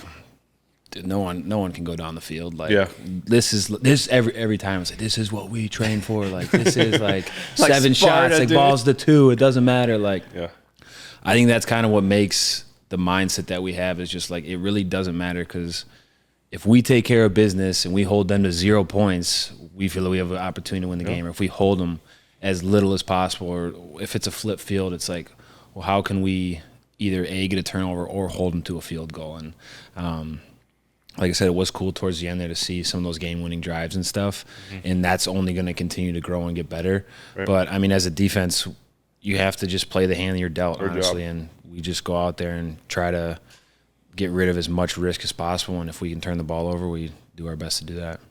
It's funny you say that 7 shots thing, which is – I'm sure a lot of fans out there will know it, but for anyone that doesn't, Spence, that'd be me. Oh yeah, all the fans out there, Spence. Basically, it's at the beginning. I assume you guys still do it. At the beginning of practice, after warm-ups and everything, you get 7 chances from the 1-yard line, 2-yard line to try to score. Right, 7 best of 7, offense versus defense, ones versus first 4, whatever. So it's just it's good. You're playing ball, and it's funny because I hear you say you're out there thinking when you're in a game.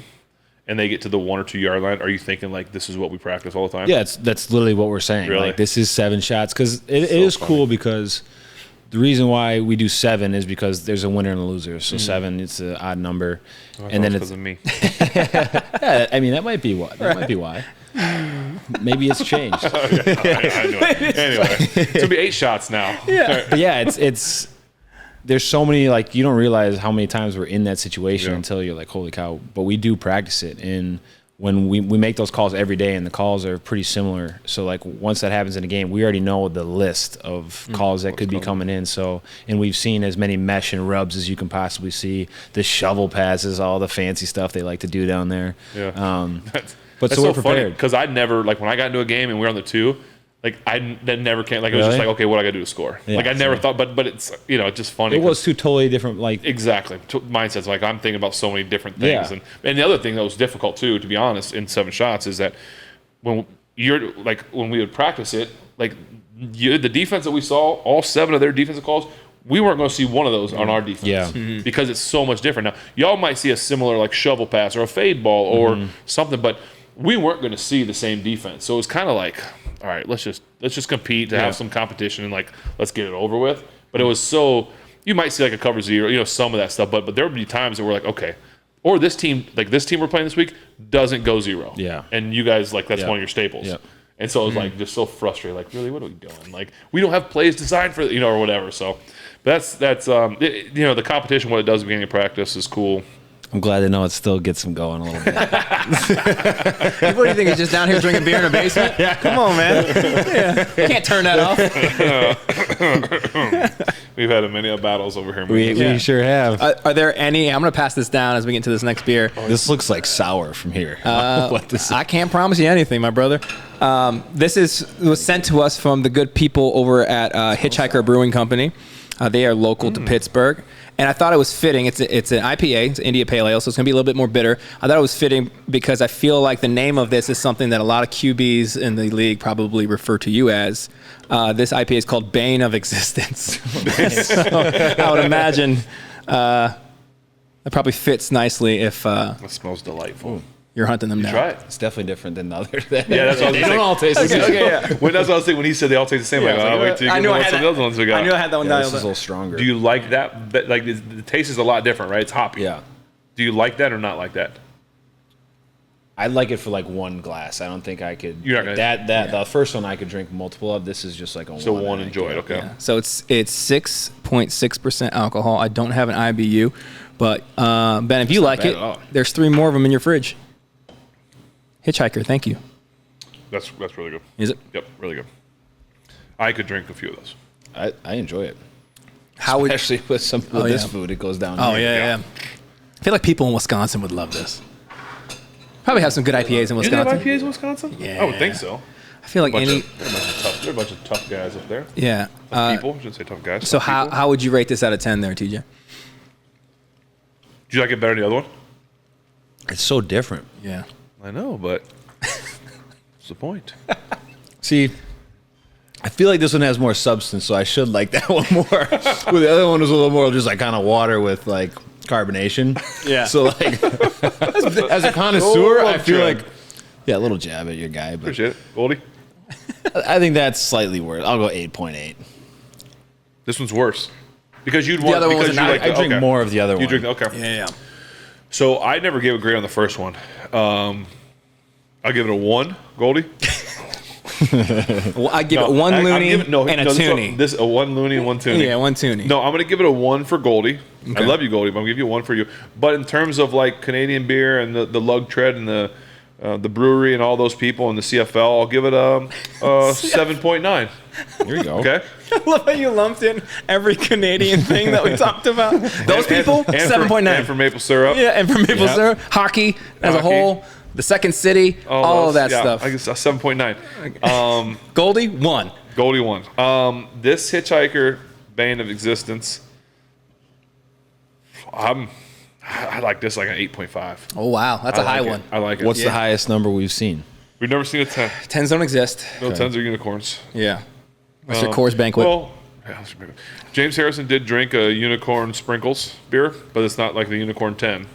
No, it had edible glitter in it. Really? Yeah. Perfect for him, right? Yeah. Wow. Perfect. I feel like we've maybe done a 9. If we have, I don't remember it. I could be making it up. You guys are probably The too drunk fans will by let us then. know, Or Right? I mean, these baby glasses. They'll get you. Seriously. These 2 That's ounces. why we do these instead of the big one. I like that. I think that's very good. Yeah. Yep. I can do it. 8. What'd you say? 8. 8. 6. It was up there. 8.5. 8 and 5, some 8, 6. change. I Yeah, like it. That's good. I like it. Yeah, I like that. Yep. I say I like that. Hey, real quick before we move on, how do you feel about that one? I like it. You like it? Yeah. Okay. Yeah. I had a question too before we did this one. Yeah.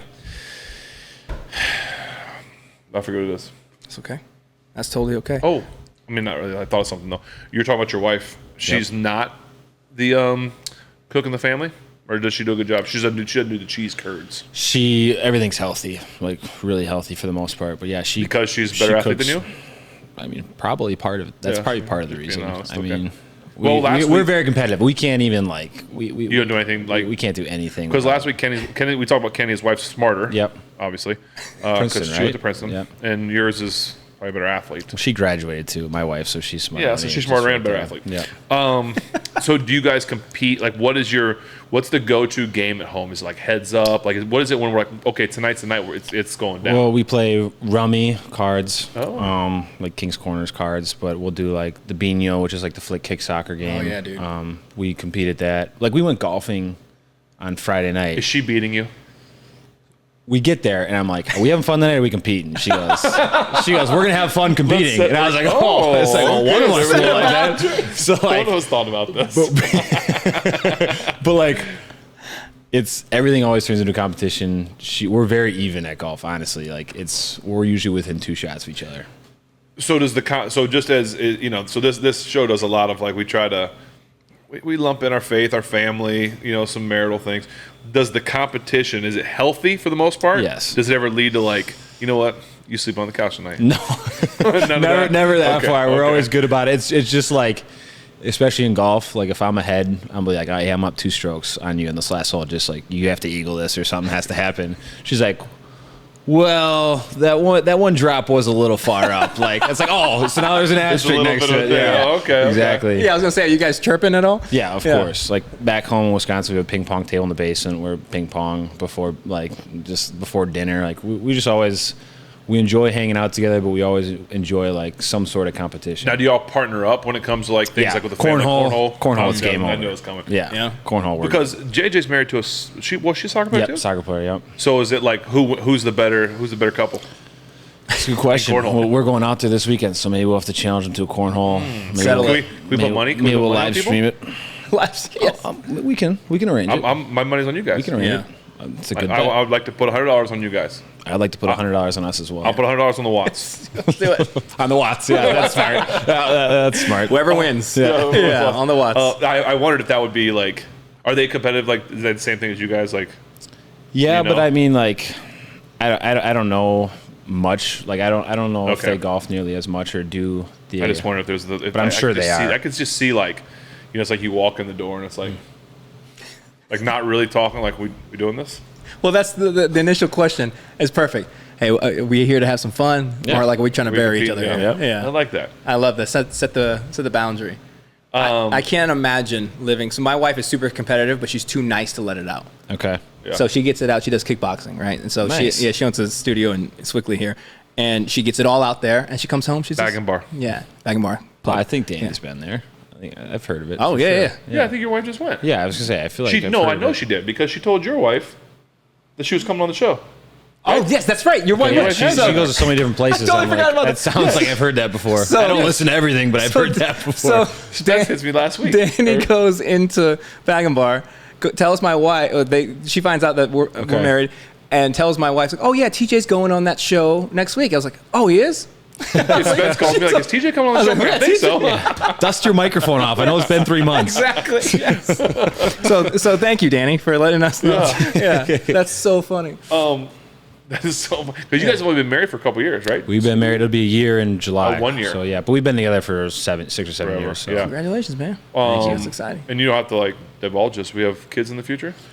Yeah, for sure. At some point, I think we did distance. So I met Danny 3 months before I left school early. So I was a redshirt junior when I left Wisconsin, and I had met her and knew she was the one. It was just a matter of like the distance and everything and how it was going to work out. And eventually, obviously, got married, and now it's just trying to enjoy ourselves because we've done distance for so long that we know as soon as you have kids, it kind of all slows down. We've seen that with Derek and with JJ, so it's just enjoying having the 3 nephews and just living life and traveling as much as we can. And people that don't know, Danny played soccer, correct? Yeah, she played soccer. In Wisconsin? Yep, she played soccer, was an All-American at Wisconsin. Were you an All-American too? Yes. Dang it, I was hoping that.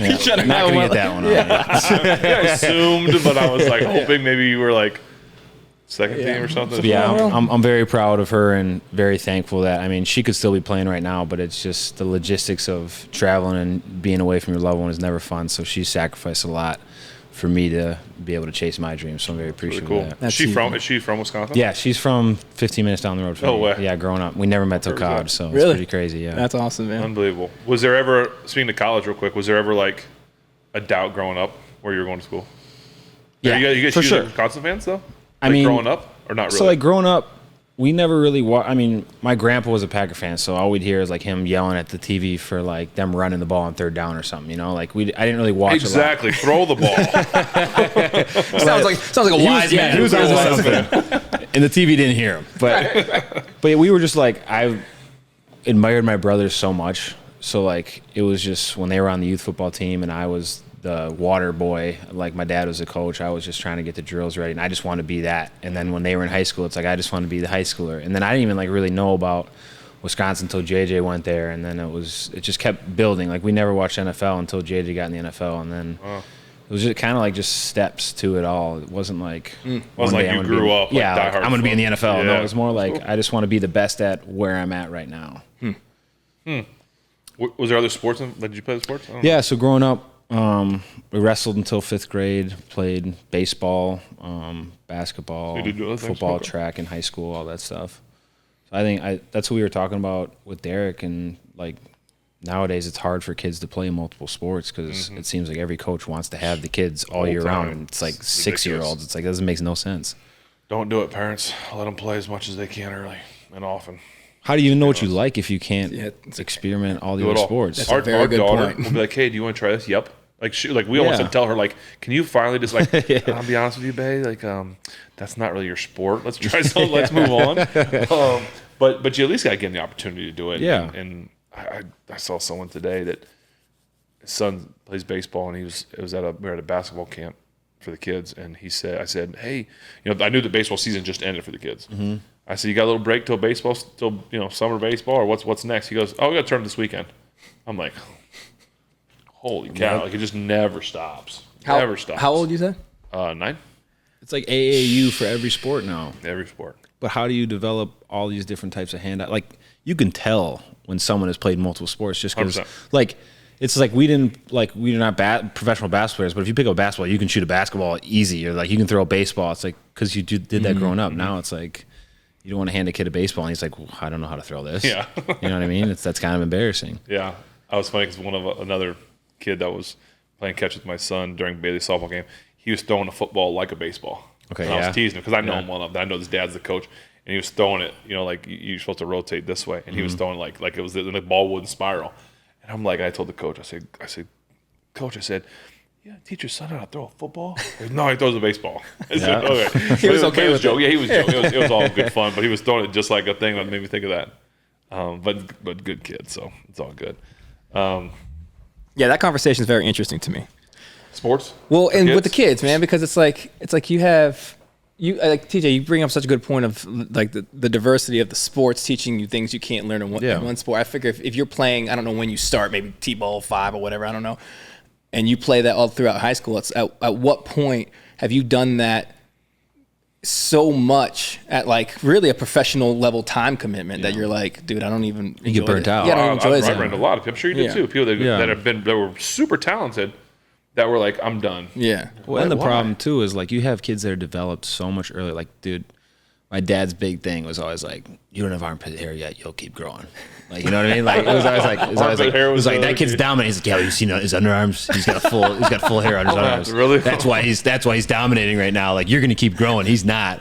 Like that type of thing. You know what I mean? Like, I would have never made those teams like growing up because I was such a late bloomer. We all were. Derek, JJ, and I all were. So like.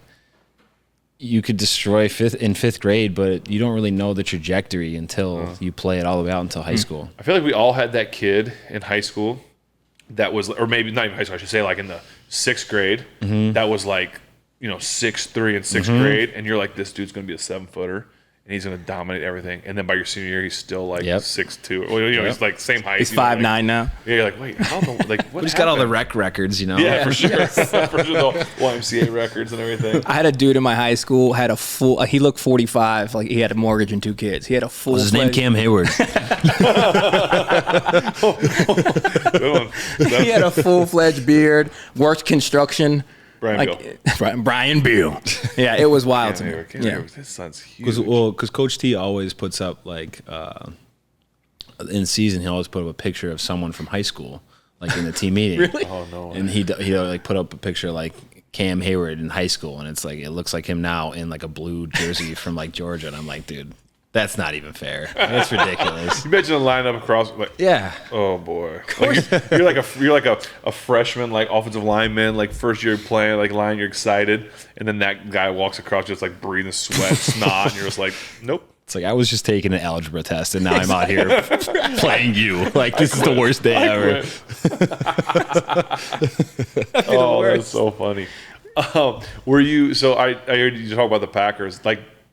And I know you'd say you weren't like a sports fan, but like when it was time to come out, were you kind of hoping Green Bay? Or did you not really? I know. Listen, you can give the old. No. I'll be honest. Like it would have been awesome to play that. Don't get me wrong. Yeah. But part of me also like when the clock was going, like you get the call before like everything on TV. TV's delayed, obviously. So like I think they were still like in the running when I got the call. So it was kind of like everybody kind of thought it could have still been them. But were they drafting after us that year? I think they were like 29. I think they were the pick right before us, honestly. Oh, but they traded out. Gotcha.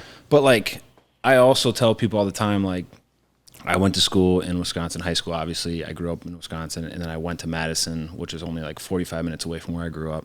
And Green Bay would have been 2 hours away, and it just would have been a lot. Like, I need to get out of the state. Right. I think it was good for like my development and like just to kind of get away and get out of, I don't want to say the shadow of my brothers too, but just kind of do my own thing for once. Because going back to the college thing, like it wasn't always Wisconsin. I wanted, for the longest time, I was like, no, I want to blaze my own trail. I want to go to Minnesota or somewhere else just to do my own thing. And then I was like, no, I really love Wisconsin. So I went there. But as far as like the NFL, it was good for me to get away and really kind of find myself. What I just thought of as you were saying that, what pick was Houston that year? What pick did they have, do you know? Was there ever like, did you want to go? Because your brother was there, right? That might have been, they were up there, I think. That might have been the Deshaun Watson year. I can't remember what it was, but yeah, they were up there. So there's no, like, obviously that would have been like a dream. Yeah. No, I mean, I didn't even think about it, honestly. Really? Yeah, okay. I was just thinking like that. Did you want to go, like, you talked about being like your brother and everything, but. Like, honestly, like, you go through the draft process and you're like, I'll play anywhere. Yeah. I'll do anything to win, coach. Like, you're putting on, like, I'll play inside linebacker. I'll play 4-3 outside DN. I didn't want to play DN. I didn't want to play inside linebacker. So I was just happy it was a 3-4 team. Yeah. And then I came here, it was like, I'll play right side, coach. I hate playing right side. But it was like, oh, if it's for the team, like, let's do it. You know what I mean? And then that's why after my first year, I was like, can I please go to left? Like, I know that I told you guys I'd like to play wherever, but can I really go back to the other side now? Can we be honest a year later? Well, it's funny because we've had this conversation with Alex. We had it with James. Mm-hmm. Like, and you obviously are your left side rusher. Mm-hmm. You will go, you'll do some other things. Yep. You don't have a move over there anymore? It just doesn't feel right. It feels like I'm writing with my left hand. Like, it's like that weird, huh? The bend isn't the same. Like, I just, so much muscle memory on the left side, and like, I just feel like it just feels so natural on the left. Like, it just comes to me. Where on the right, it's like I'm working against my body. And it just love how you said that, right and left hand. That's really cool. Yeah. We'll talk about that. Do you think, though, as a guy, this is just me asking the question, I'm trying to think, if you were like an edge rusher like yourself, do you think that you would be better off being like, I'm not going to say average because you're not average in anything you do, but above average on both sides, or like great on one side? Great on one side. That's how I am. Because like every now and then, like this time of year too, like I'll experiment. Sometimes I'll go over there. Mm-hmm. But I'm always like, if I go over there for one rush, I'm wasting one rush on the left. That could be the one to change games. And I like hear that, kids? and I like being on the left too because I think it was Steve Mariucci or something. I did never told the story, but I did like a thing before the draft where you go out and you meet with a bunch of pass rushers, like for like NFL Network or something. Okay. And he said like one of the best pass rushers, I can't remember what he said. He was like, "What's the best side to sack quarterback from?" And everybody said like blind side. And he was like, "Well, this guy said front side because the quarterback can see it coming and the ball's exposed." Mm-hmm. And I was like, I never really thought about that before. So now the left side, I don't have to wait for him. I don't have to wait for you to throw. Like the timing all has to be like perfect. For sure. Where on that side where you're saying like the hit with Scott before, where everything's right there. If it's more, you're just holding the ball like this. You're looking here. It's like you don't have to hit that ball hard for it to come out. Mm-hmm. There's just so many more opportunities. A lot of the quick game, you rise up and throw it out there. I feel like I can see your eyes more. Yeah. Play action pass like. Sneaker. He's a sneaker. I just feel like I can see more of the game from the left side, and I don't want to waste that opportunity on the right side. I'd rather put all my eggs in one basket. That's really wild, cool. man. That's really cool. First of all, the nuances you're describing of why you enjoy your position is astounding. I feel like I could listen to that for hours. Because it's stuff that the average fan, I'm sure people who watch this show know it to some extent because they study and they love this game. But as somebody who is outside looking in and am a fan of it, but not to the extent that I have access to it, hearing stuff like that, I'm like, dude, that stuff intrigues me more so than like the fandom of it. But when Debo was on, he had said that he was there with you for 1 year, your first year, and he had said you were on the right side that year, but you had a move on your left that you didn't have on your right. Is that something that you guys talked about together? Not really. It was just like I was on the right a lot, and then like one-on-ones and stuff late in camp, like those older guys aren't taking a lot of the reps. So like I'd go over to the left side, and like preseason games, like me and Moats would just switch who's playing what side, and like I was having success on that side, but Bud was also on that side. Excuse me, and he was having a lot of success. So I wasn't in any position to be like, hey, let me get over there. You know what I mean? So I was just trying to do as best as I could. But yeah, I just for some reason it doesn't work on the right for me. Would you? I don't know if I asked James. We did ask James this question. Would you rather go if you're going against a right tackle? Mm-hmm. Do you want a big guy that is just strong as an ox but can't move, or a little guy that maybe isn't super strong but is like quick and shifty? What's the preference to go against? It doesn't matter, first of all, but of course, what a gangster! Honestly, what's your preference? Probably like if a bigger, slower guy, because as long as I'm getting off the ball, like. I mean, as a pass rusher, it's all the get off. It really is over at that first half a second. And if a guy's getting off the ball slow, like it's pretty much over. And I do that, but the smaller guys, you get in their heads easier because you can bull rush them right away, and that's there's no lineman wants to get bull rushed. Yeah, exactly. Guys who get beat I got beat. Like he's faster than me, but like getting bull rushed is embarrassing. Yeah, like they don't want that. And that's like, I honestly think tackle is one of the harder positions, obviously behind quarterback as a rookie, because you're just so used to being bigger than all these guys that you go against throughout the season in college, and you can just put your hands on them. But in here, like, dude, we're swiping everything, like, and when we're not swiping, we're bull rushing. Like, it's just, people always, like, this is our job. Like, the amount of time that we put into this, like, if we play bad, man, we know we played bad. Like, we take it more personal than anybody else. Like, we want to perform at the highest level that we possibly can, and we're turning over every stone possible to play at the highest level. So when you come into the league, it is a shell shock for a lot of guys, and that's why the guys that have success are the ones that can just be a sponge and soak up as much as possible and perform. So I know, again, it doesn't matter to you, but your preference. Because I just thought about this as you were talking about that. When you're the home team, it's backwards for me. When you're the home team, the offense is using the silent count. Yeah. So silent count, it's either head bob, it's a tap, it's a whatever it is. Mm-hmm. When the other team's the home team, it's cadence. Yeah. Which do you like? Because when you're the home, when the tackle's the home team, he's hearing cadence, so he can keep his eyes on you, right? And the cadence, just white 80, white 80 said hot, and he's watching you, right? Mm-hmm. But if it's the silent count, he has to be seeing the ball, but like kind of doing like I got this guy outside, but I got to watch the ball too. There's always something that. But you get to hear the cadence, and so you can kind of time a little better, right? Yeah. Do you like one better than the other? Do you like being it? I'll give away some things here, not everything, but like. Oh yeah, we don't want to do that. Like when we're home, you have the silent count, obviously, and a lot of times when you're at home, and hopefully Steelers Nation is going crazy, and they already break the huddle late because it's harder to. So like if that play clock gets under 5, you already know that it's hard to go silent count a couple times. You know what I mean? Like a couple head turns, and I think now they even took away the sideways head turn, which is nice. So yeah, you can, and it's not always the ball. Like there's someone on that line or in the backfield is giving away when that ball is being snapped. Whether a guy's like sinking down just before he goes, there's tackles that'll like move their knee just before they go. So stuff like that. So I definitely like being at home better, just because I feel like we control more of it, and it's just more chaotic. Obviously, on the road, you can hear things like during COVID, we played in New York. We could hear the huddle call for the first. We had the Giants on a silent count by the second or third series because me and Bud would just look at each other and be like, I was like, it's on one. It's on one. It's on one. And he'd be like, okay. And it's on 2. And I'm like, they went to a silent count in an empty stadium. It was incredible. I love when you jump off sides, TJ. You get so mad. Well, I was talking to Mason about this today because I was like, you guys need to change it up. It's either on 1 or it's on 2. And he's like, oh yeah, we can go. I was like, you need to go like on hurry up right away. And he's like, well yeah, we can go hurry. I'm like, okay, well hurry, I know. Yeah. But he's the only one that hurry isn't hurry. This guy, hurry said hot. I jump off sides like, oh gosh. It was great because he was such a disruptor in practice. It would drive me nuts because I'd be like, I'd go to throw a pass and he'd bat it down. Really, TJ, you're not going to rush today? Like today, we're not going to rush. We're going to sit and bat balls down. What? I'm just playing the game. I see it. I read it. I know what's going on. That's 7 shots. I'm not going to rush. Are you happy that you have never had to go against him in a game? Absolutely. Yeah. Absolutely. Likewise. I mean, absolutely. The chess match was incredible. It was fun. We didn't do it a lot. I mean, but that 7 shots we didn't do it. But absolutely, it was so much fun to watch him work at practice.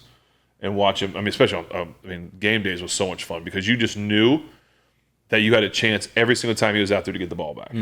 And that's why I always said as a quarterback when I was playing at my best was usually when the Steelers defense was at their best because you could go out there and play carefree because you knew if I made a mistake, there's a good chance they're going 3 and out or I might get the ball back right away. And it lets you play so much more free because you're just not worried about anything. Yeah. And watching him out there was so much fun because I would see quarterbacks, like I would see him like driving people mad And I'm like, yep, been there. Luckily, mine just don't matter. Mine's in practice. Start empathizing with the other team. Every time he would jump and bat a ball down, I'd be thinking to myself, like, you're not rushing today, TJ?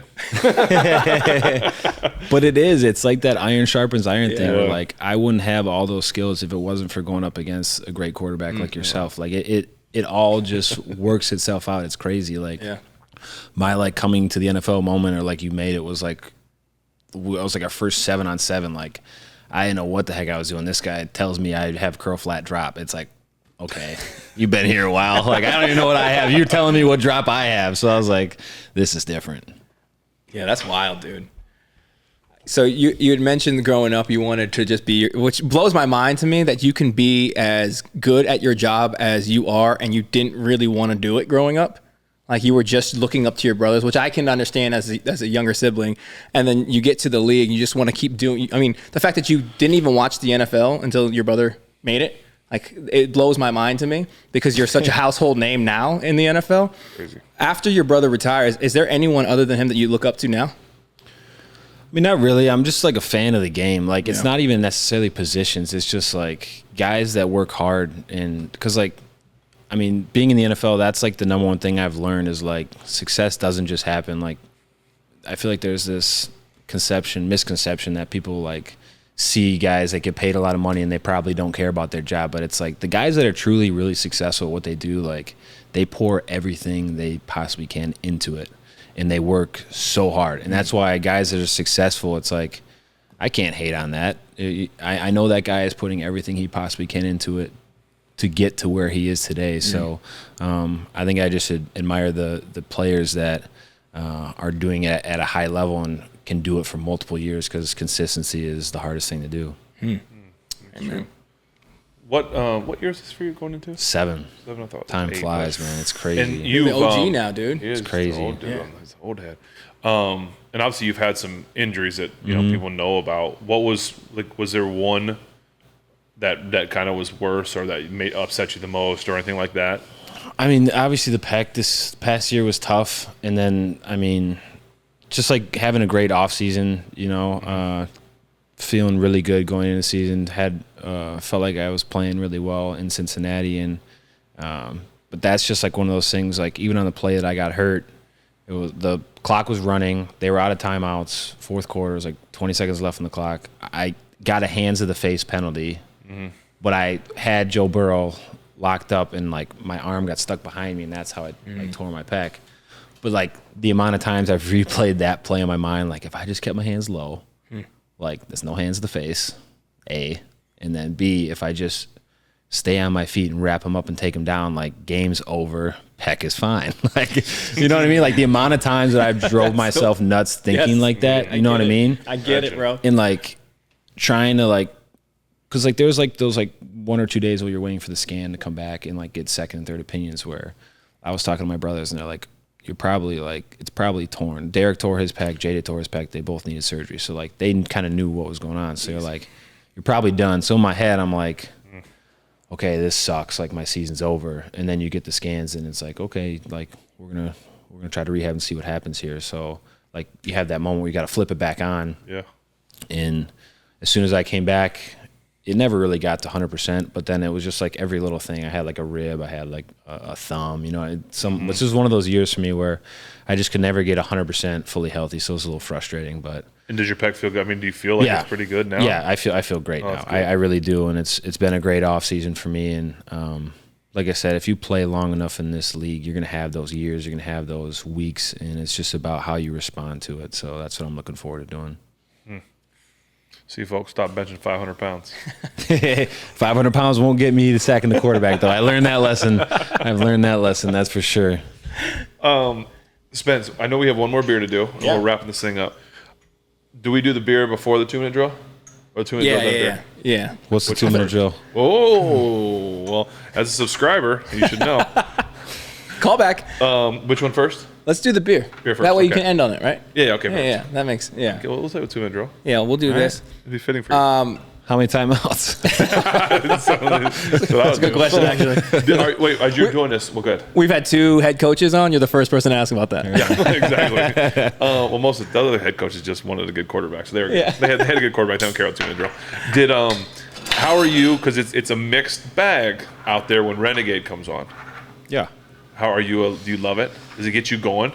I like Renegade. I mean, the fans love Renegade. Yeah, which gets you fired up, but right? the problem is, there was a stretch there where Renegade was being played, and we were not backing it up. I know. And That's what my point is. Worst I remember seeing so, Brett Kiesel one time when it comes on, just like, so Brett's not the song, bud. It never really hit me. It never really hit me until I went home after a game one day, and my dad was like, "I told them to stop playing Renegade. After they play Renegade, they run it right down your throats." And I was like, I never thought about it. And then it was like, there are those stretches where it's like, damn, like we need to back this up. Yeah. It's never like I hate this song's coming on because it means it's a huge moment. And the fans love it, so it gets you going, right? It's unbelievable. Does it put that level of expectation on you? Because you guys are always trying. I mean, it's not like you're trying to. It's just like it's already a huge moment. Yeah, it's just the extra. But I don't know. I mean, if it gets the fans loud and it creates havoc for the offense, like I'm all for it. Yeah. All right. It's always funny when the Ravens, they tried. I know Harbaugh did. He tried to like do it in practice. And he would like play it in practice and tell the guys like, get hyped during it. Like, y'all aren't hyped about this. Yeah. Half of us aren't even hyped about it. And I never understood that. We listen to the song during the week, so it doesn't phase us. So it's like, okay. That's like some college stuff. Yeah. Seems like a waste of preparation time, Coach. This is from Little Toad Creek Brewery and Distillery. It's from New Mexico, the Silver City, I think. Little Toad Creek. It's called Little Toad Lager. Or sorry, Lucky Toad Lager. Lucky Toad Lager. Little Crick. See, this tastes like a Blue Moon to me. Oh, is it? I don't know. That's like that shouldn't be the case. It's not wheat. Is it? I don't know. That's how my palate is with beer. I don't freaking know. The one tastes like water. The other one was like tastes like Corona. The other one was definitely better. No, I could see that. You don't get the orange, but I could see like the wheat. Yeah. Don't bash me and then come crawling back. I don't want that. Actually, stick to your guns. I take it back. No, I could get that. It tastes like a craft lager, but those do kind of taste not as good as the other two. But that's probably okay. It's probably good for someone's cup of tea if they like that. Yeah, I don't hate that. I don't hate it. Don't love it. Don't hate it. I could drink it. I could drink two or three of them. Yeah. Wouldn't drive me nuts either way. It's a 5. I don't know what the ABV is, but it's okay. It's a 7-1. Yeah, high scores from TJ. I feel like we typically aren't as great. We should probably be more gracious. I think you've taught us that we need to be a little bit nicer about our scores. Well, if I was drinking it by myself, it'd be a lot worse. But the good company, you know. Okay. It's so company. So what we getting 2 points because of us? At least 2 points. So okay, at least 2 points. I don't mind. That's fine. Before, I like it less than the first one. I like just a little bit less. I like it better than the first one. Really? Yeah. I mean, no, I like this less. I'm sorry. Yeah. That's right. That's it wrong. Yes. This one's sorry. This one's a little bit better. A little bit. Right. That's how I feel. It's got the coolest can though, for sure. A little. Oh yeah. The West, bro. I just got back from Montana. Really? I'm going out to Idaho this weekend. What point? What Coeur d'Alene. Where's that at? It's like in Idaho. Yeah, but is it like an hour east of Spokane? The thin slice. Yeah, up top. Yeah, left. like Sandpoint. My brother Summer's out there now. Yeah. Really? Yeah. Beautiful. Summers. We used to go to Summers. That's what money sounds like. We're going on holiday. These summers. That's hilarious. I'm going to Colorado on Sunday. Nice. Yeah, a little Estes Park. Not skiing though. Family camp. You're a big skier. Yeah. No. Absolutely not. Absolutely. You don't want to explain that injury. Like, It's just like, hey, what were you doing? Got tagged by the moguls out there. You know. That'll happen. Before we do a 2-minute drill, I feel like typically we would talk about some kind of sporting news. Let's talk about some sports. I feel like since we've talked about golf, we got it, and we haven't even talked about the PGA LIV merger.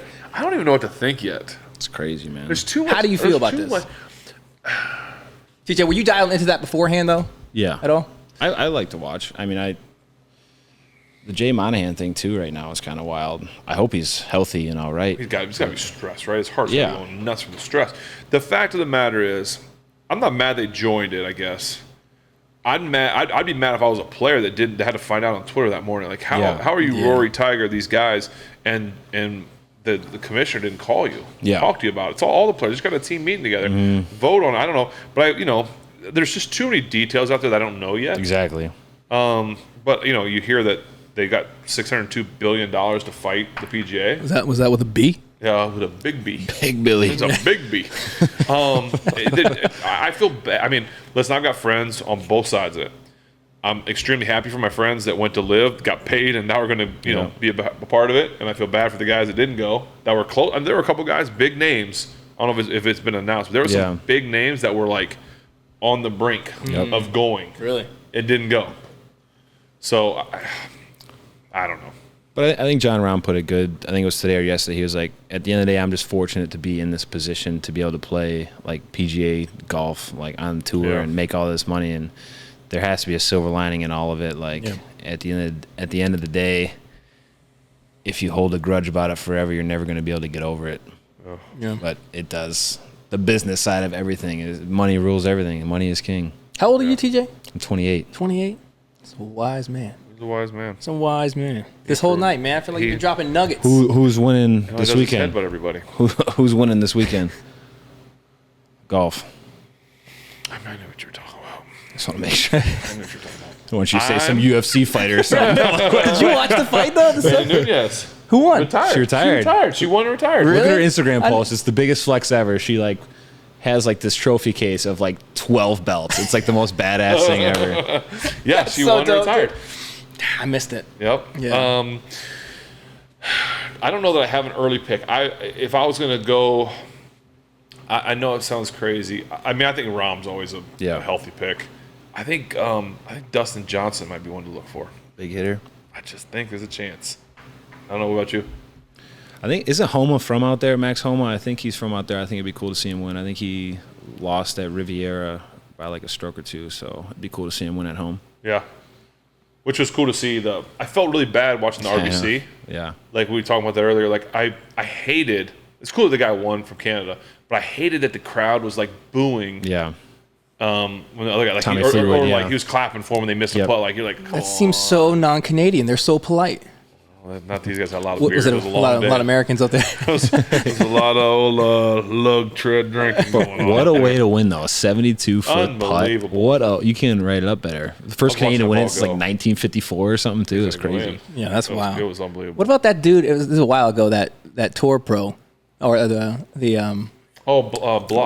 Block. Or something? Yeah. That was really cool. And then he went out and It was a wild story, yeah. wild story. And then that was a roller kind of coaster. he said, if I could hit as far as Rory, I'd be doing this all the time. I was gonna say it was a great story. I loved it. I was happy for him, and he's in next year. And I guarantee you, when he's in, he's going to play in a featured group, the first round. Yep. Yeah. Like he will play in a featured group just because the of the narrative. story. Yeah. I'm saying the movie's coming out in 2 years, right? It's got to be. Make your money. Something. Yeah, you got to. We do need to take a quick second and shout out Kutch, Andrew McCutcheon, 2,000 hits. Kudos to you, man. I know I made a little video, but just to have you do it in a pirate uniform, that's just really cool, man. So really happy.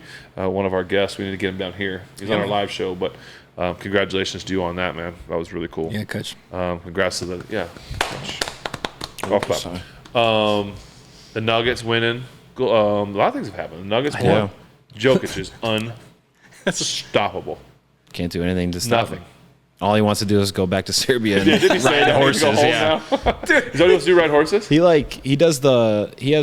I was like looking into that. I was deep into this. It's not like he doesn't ride the horse. He's like in the cart that pulls the horse. Oh, the carriage? The carriage that Does the he horse drive or pulls. they just pull him He's in around? the back and the horse pulls him around. Really? Yeah. He's That's like the biggest smile on his face while he's getting pulled around Because by he his wasn't horse. smiling after he was doing the interview after the game. He's just like, we put a lot of work in, and just like whatever. Like, dude, like. So he wants to go home to just. Well, they were do like the horse parade's thing? on Friday. He's like, Dude, he's like, what? What's the He's like, I want to go home. I want to go home like today. Like, Yeah. I'm going to jet right now. He looks so depressed when that happened. He's like, okay, all right, I'll do it.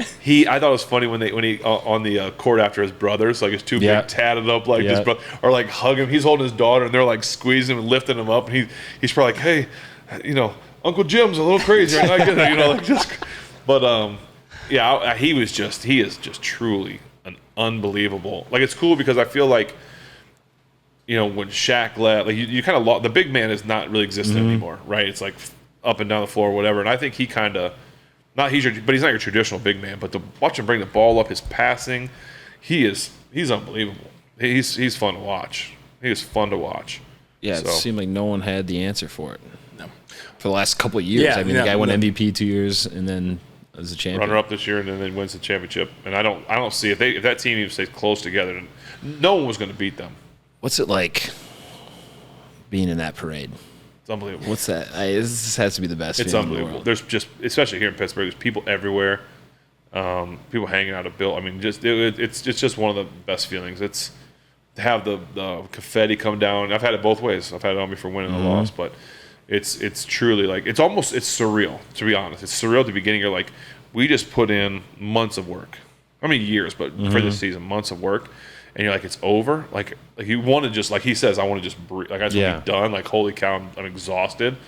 But then you're like, wait a second. Like your heart's still. It just it's really hard to describe. But I think it to me it really kicks in like later that night when you're with your guys in the hotel and you've had a chance to sink it in and you're all hanging out and you're talking about the game. You're like, man, you remember this game week 3 and this happened and we wouldn't have made it if it wasn't for this and you remember that catch that you made in that game and that would like all this. So you start like talking about it and it's just so much fun.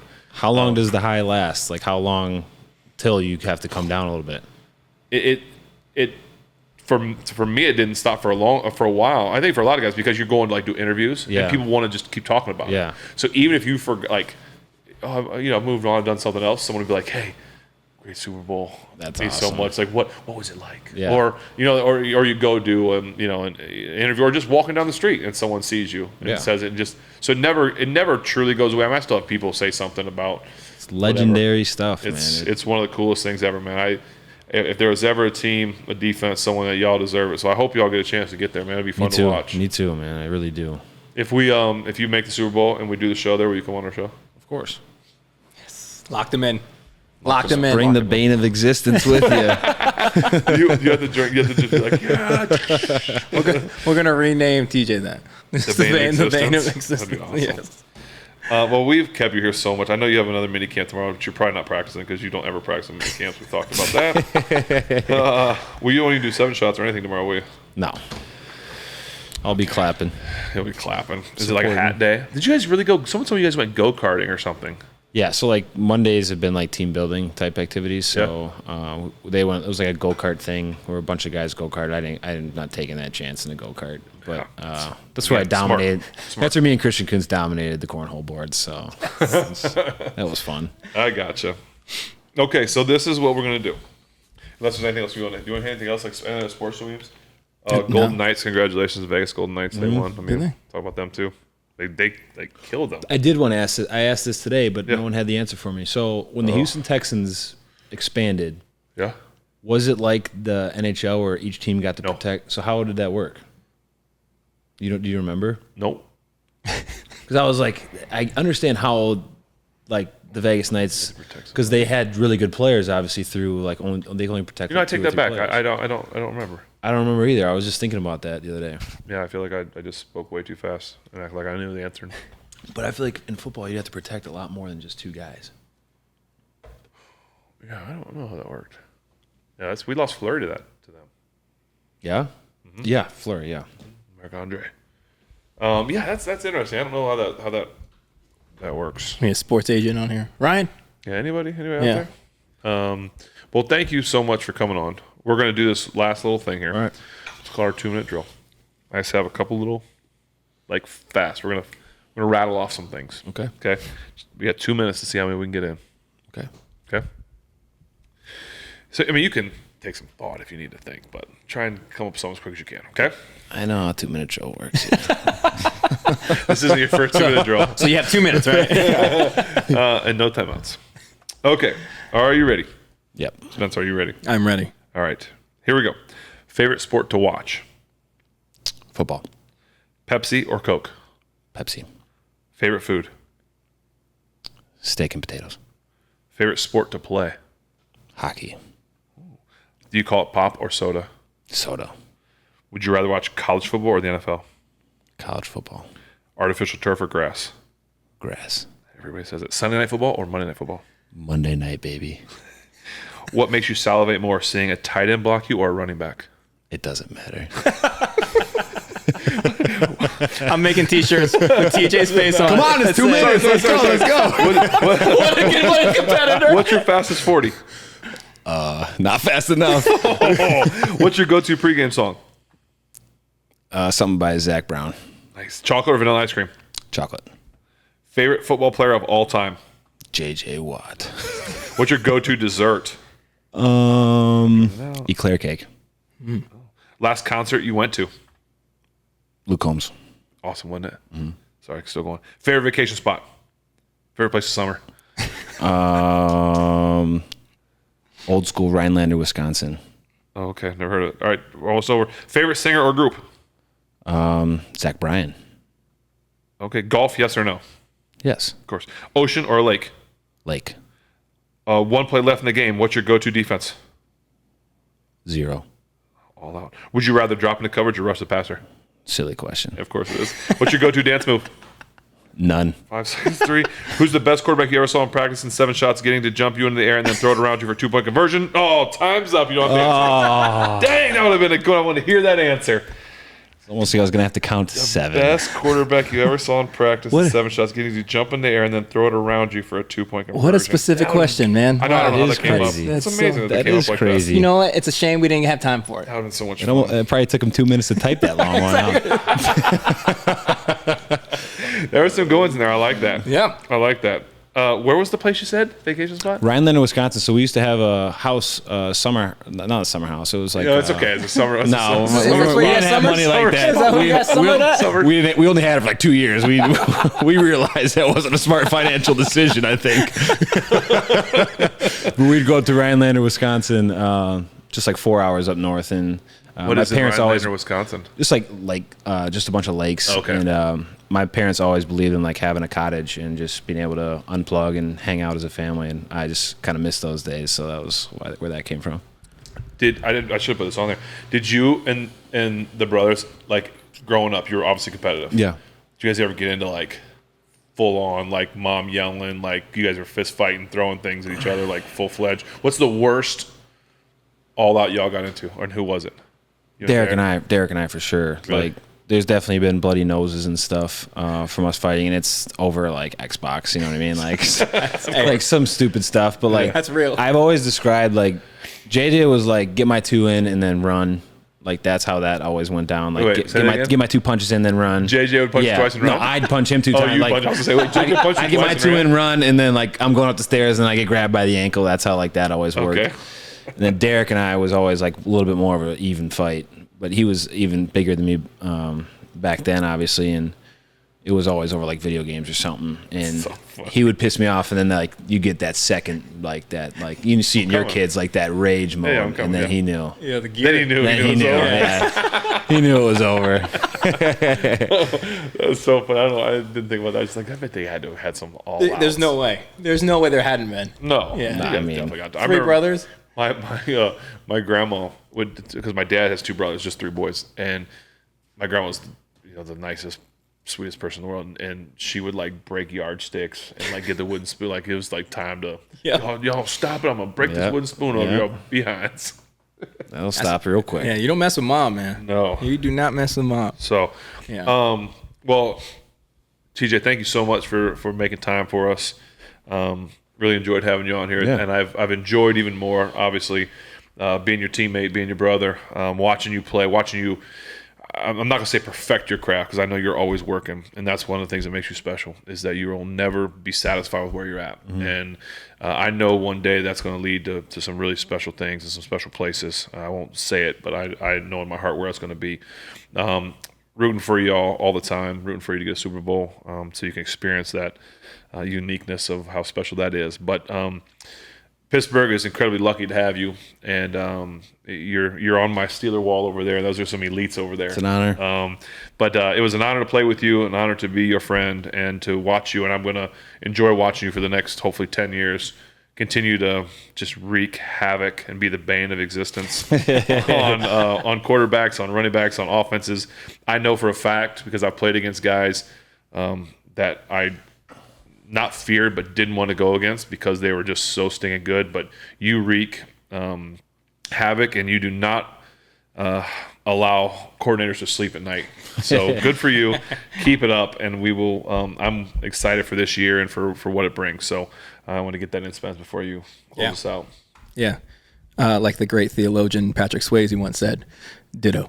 So as we wrap this thing up, I want to thank all you guys for tuning in. Obviously, TJ, thank you. Is there anything before we shut this thing down that you want to plug? Anything that you got going on that you want to bring attention to? Foundations, charities, anything that you got? We forgot to prep you on that. Sorry.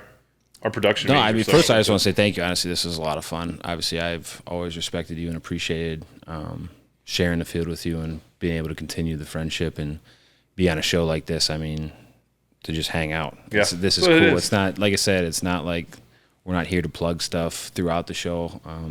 And we're just here to have a good time and hang out and let people see in. And I think that's cool. And I like that you guys are doing that. And it allows the fans to get to see a different side of us, because it's different when you're in the locker room and you have 16 microphones in your face. Right. You don't really want to share much. So I think that's really cool.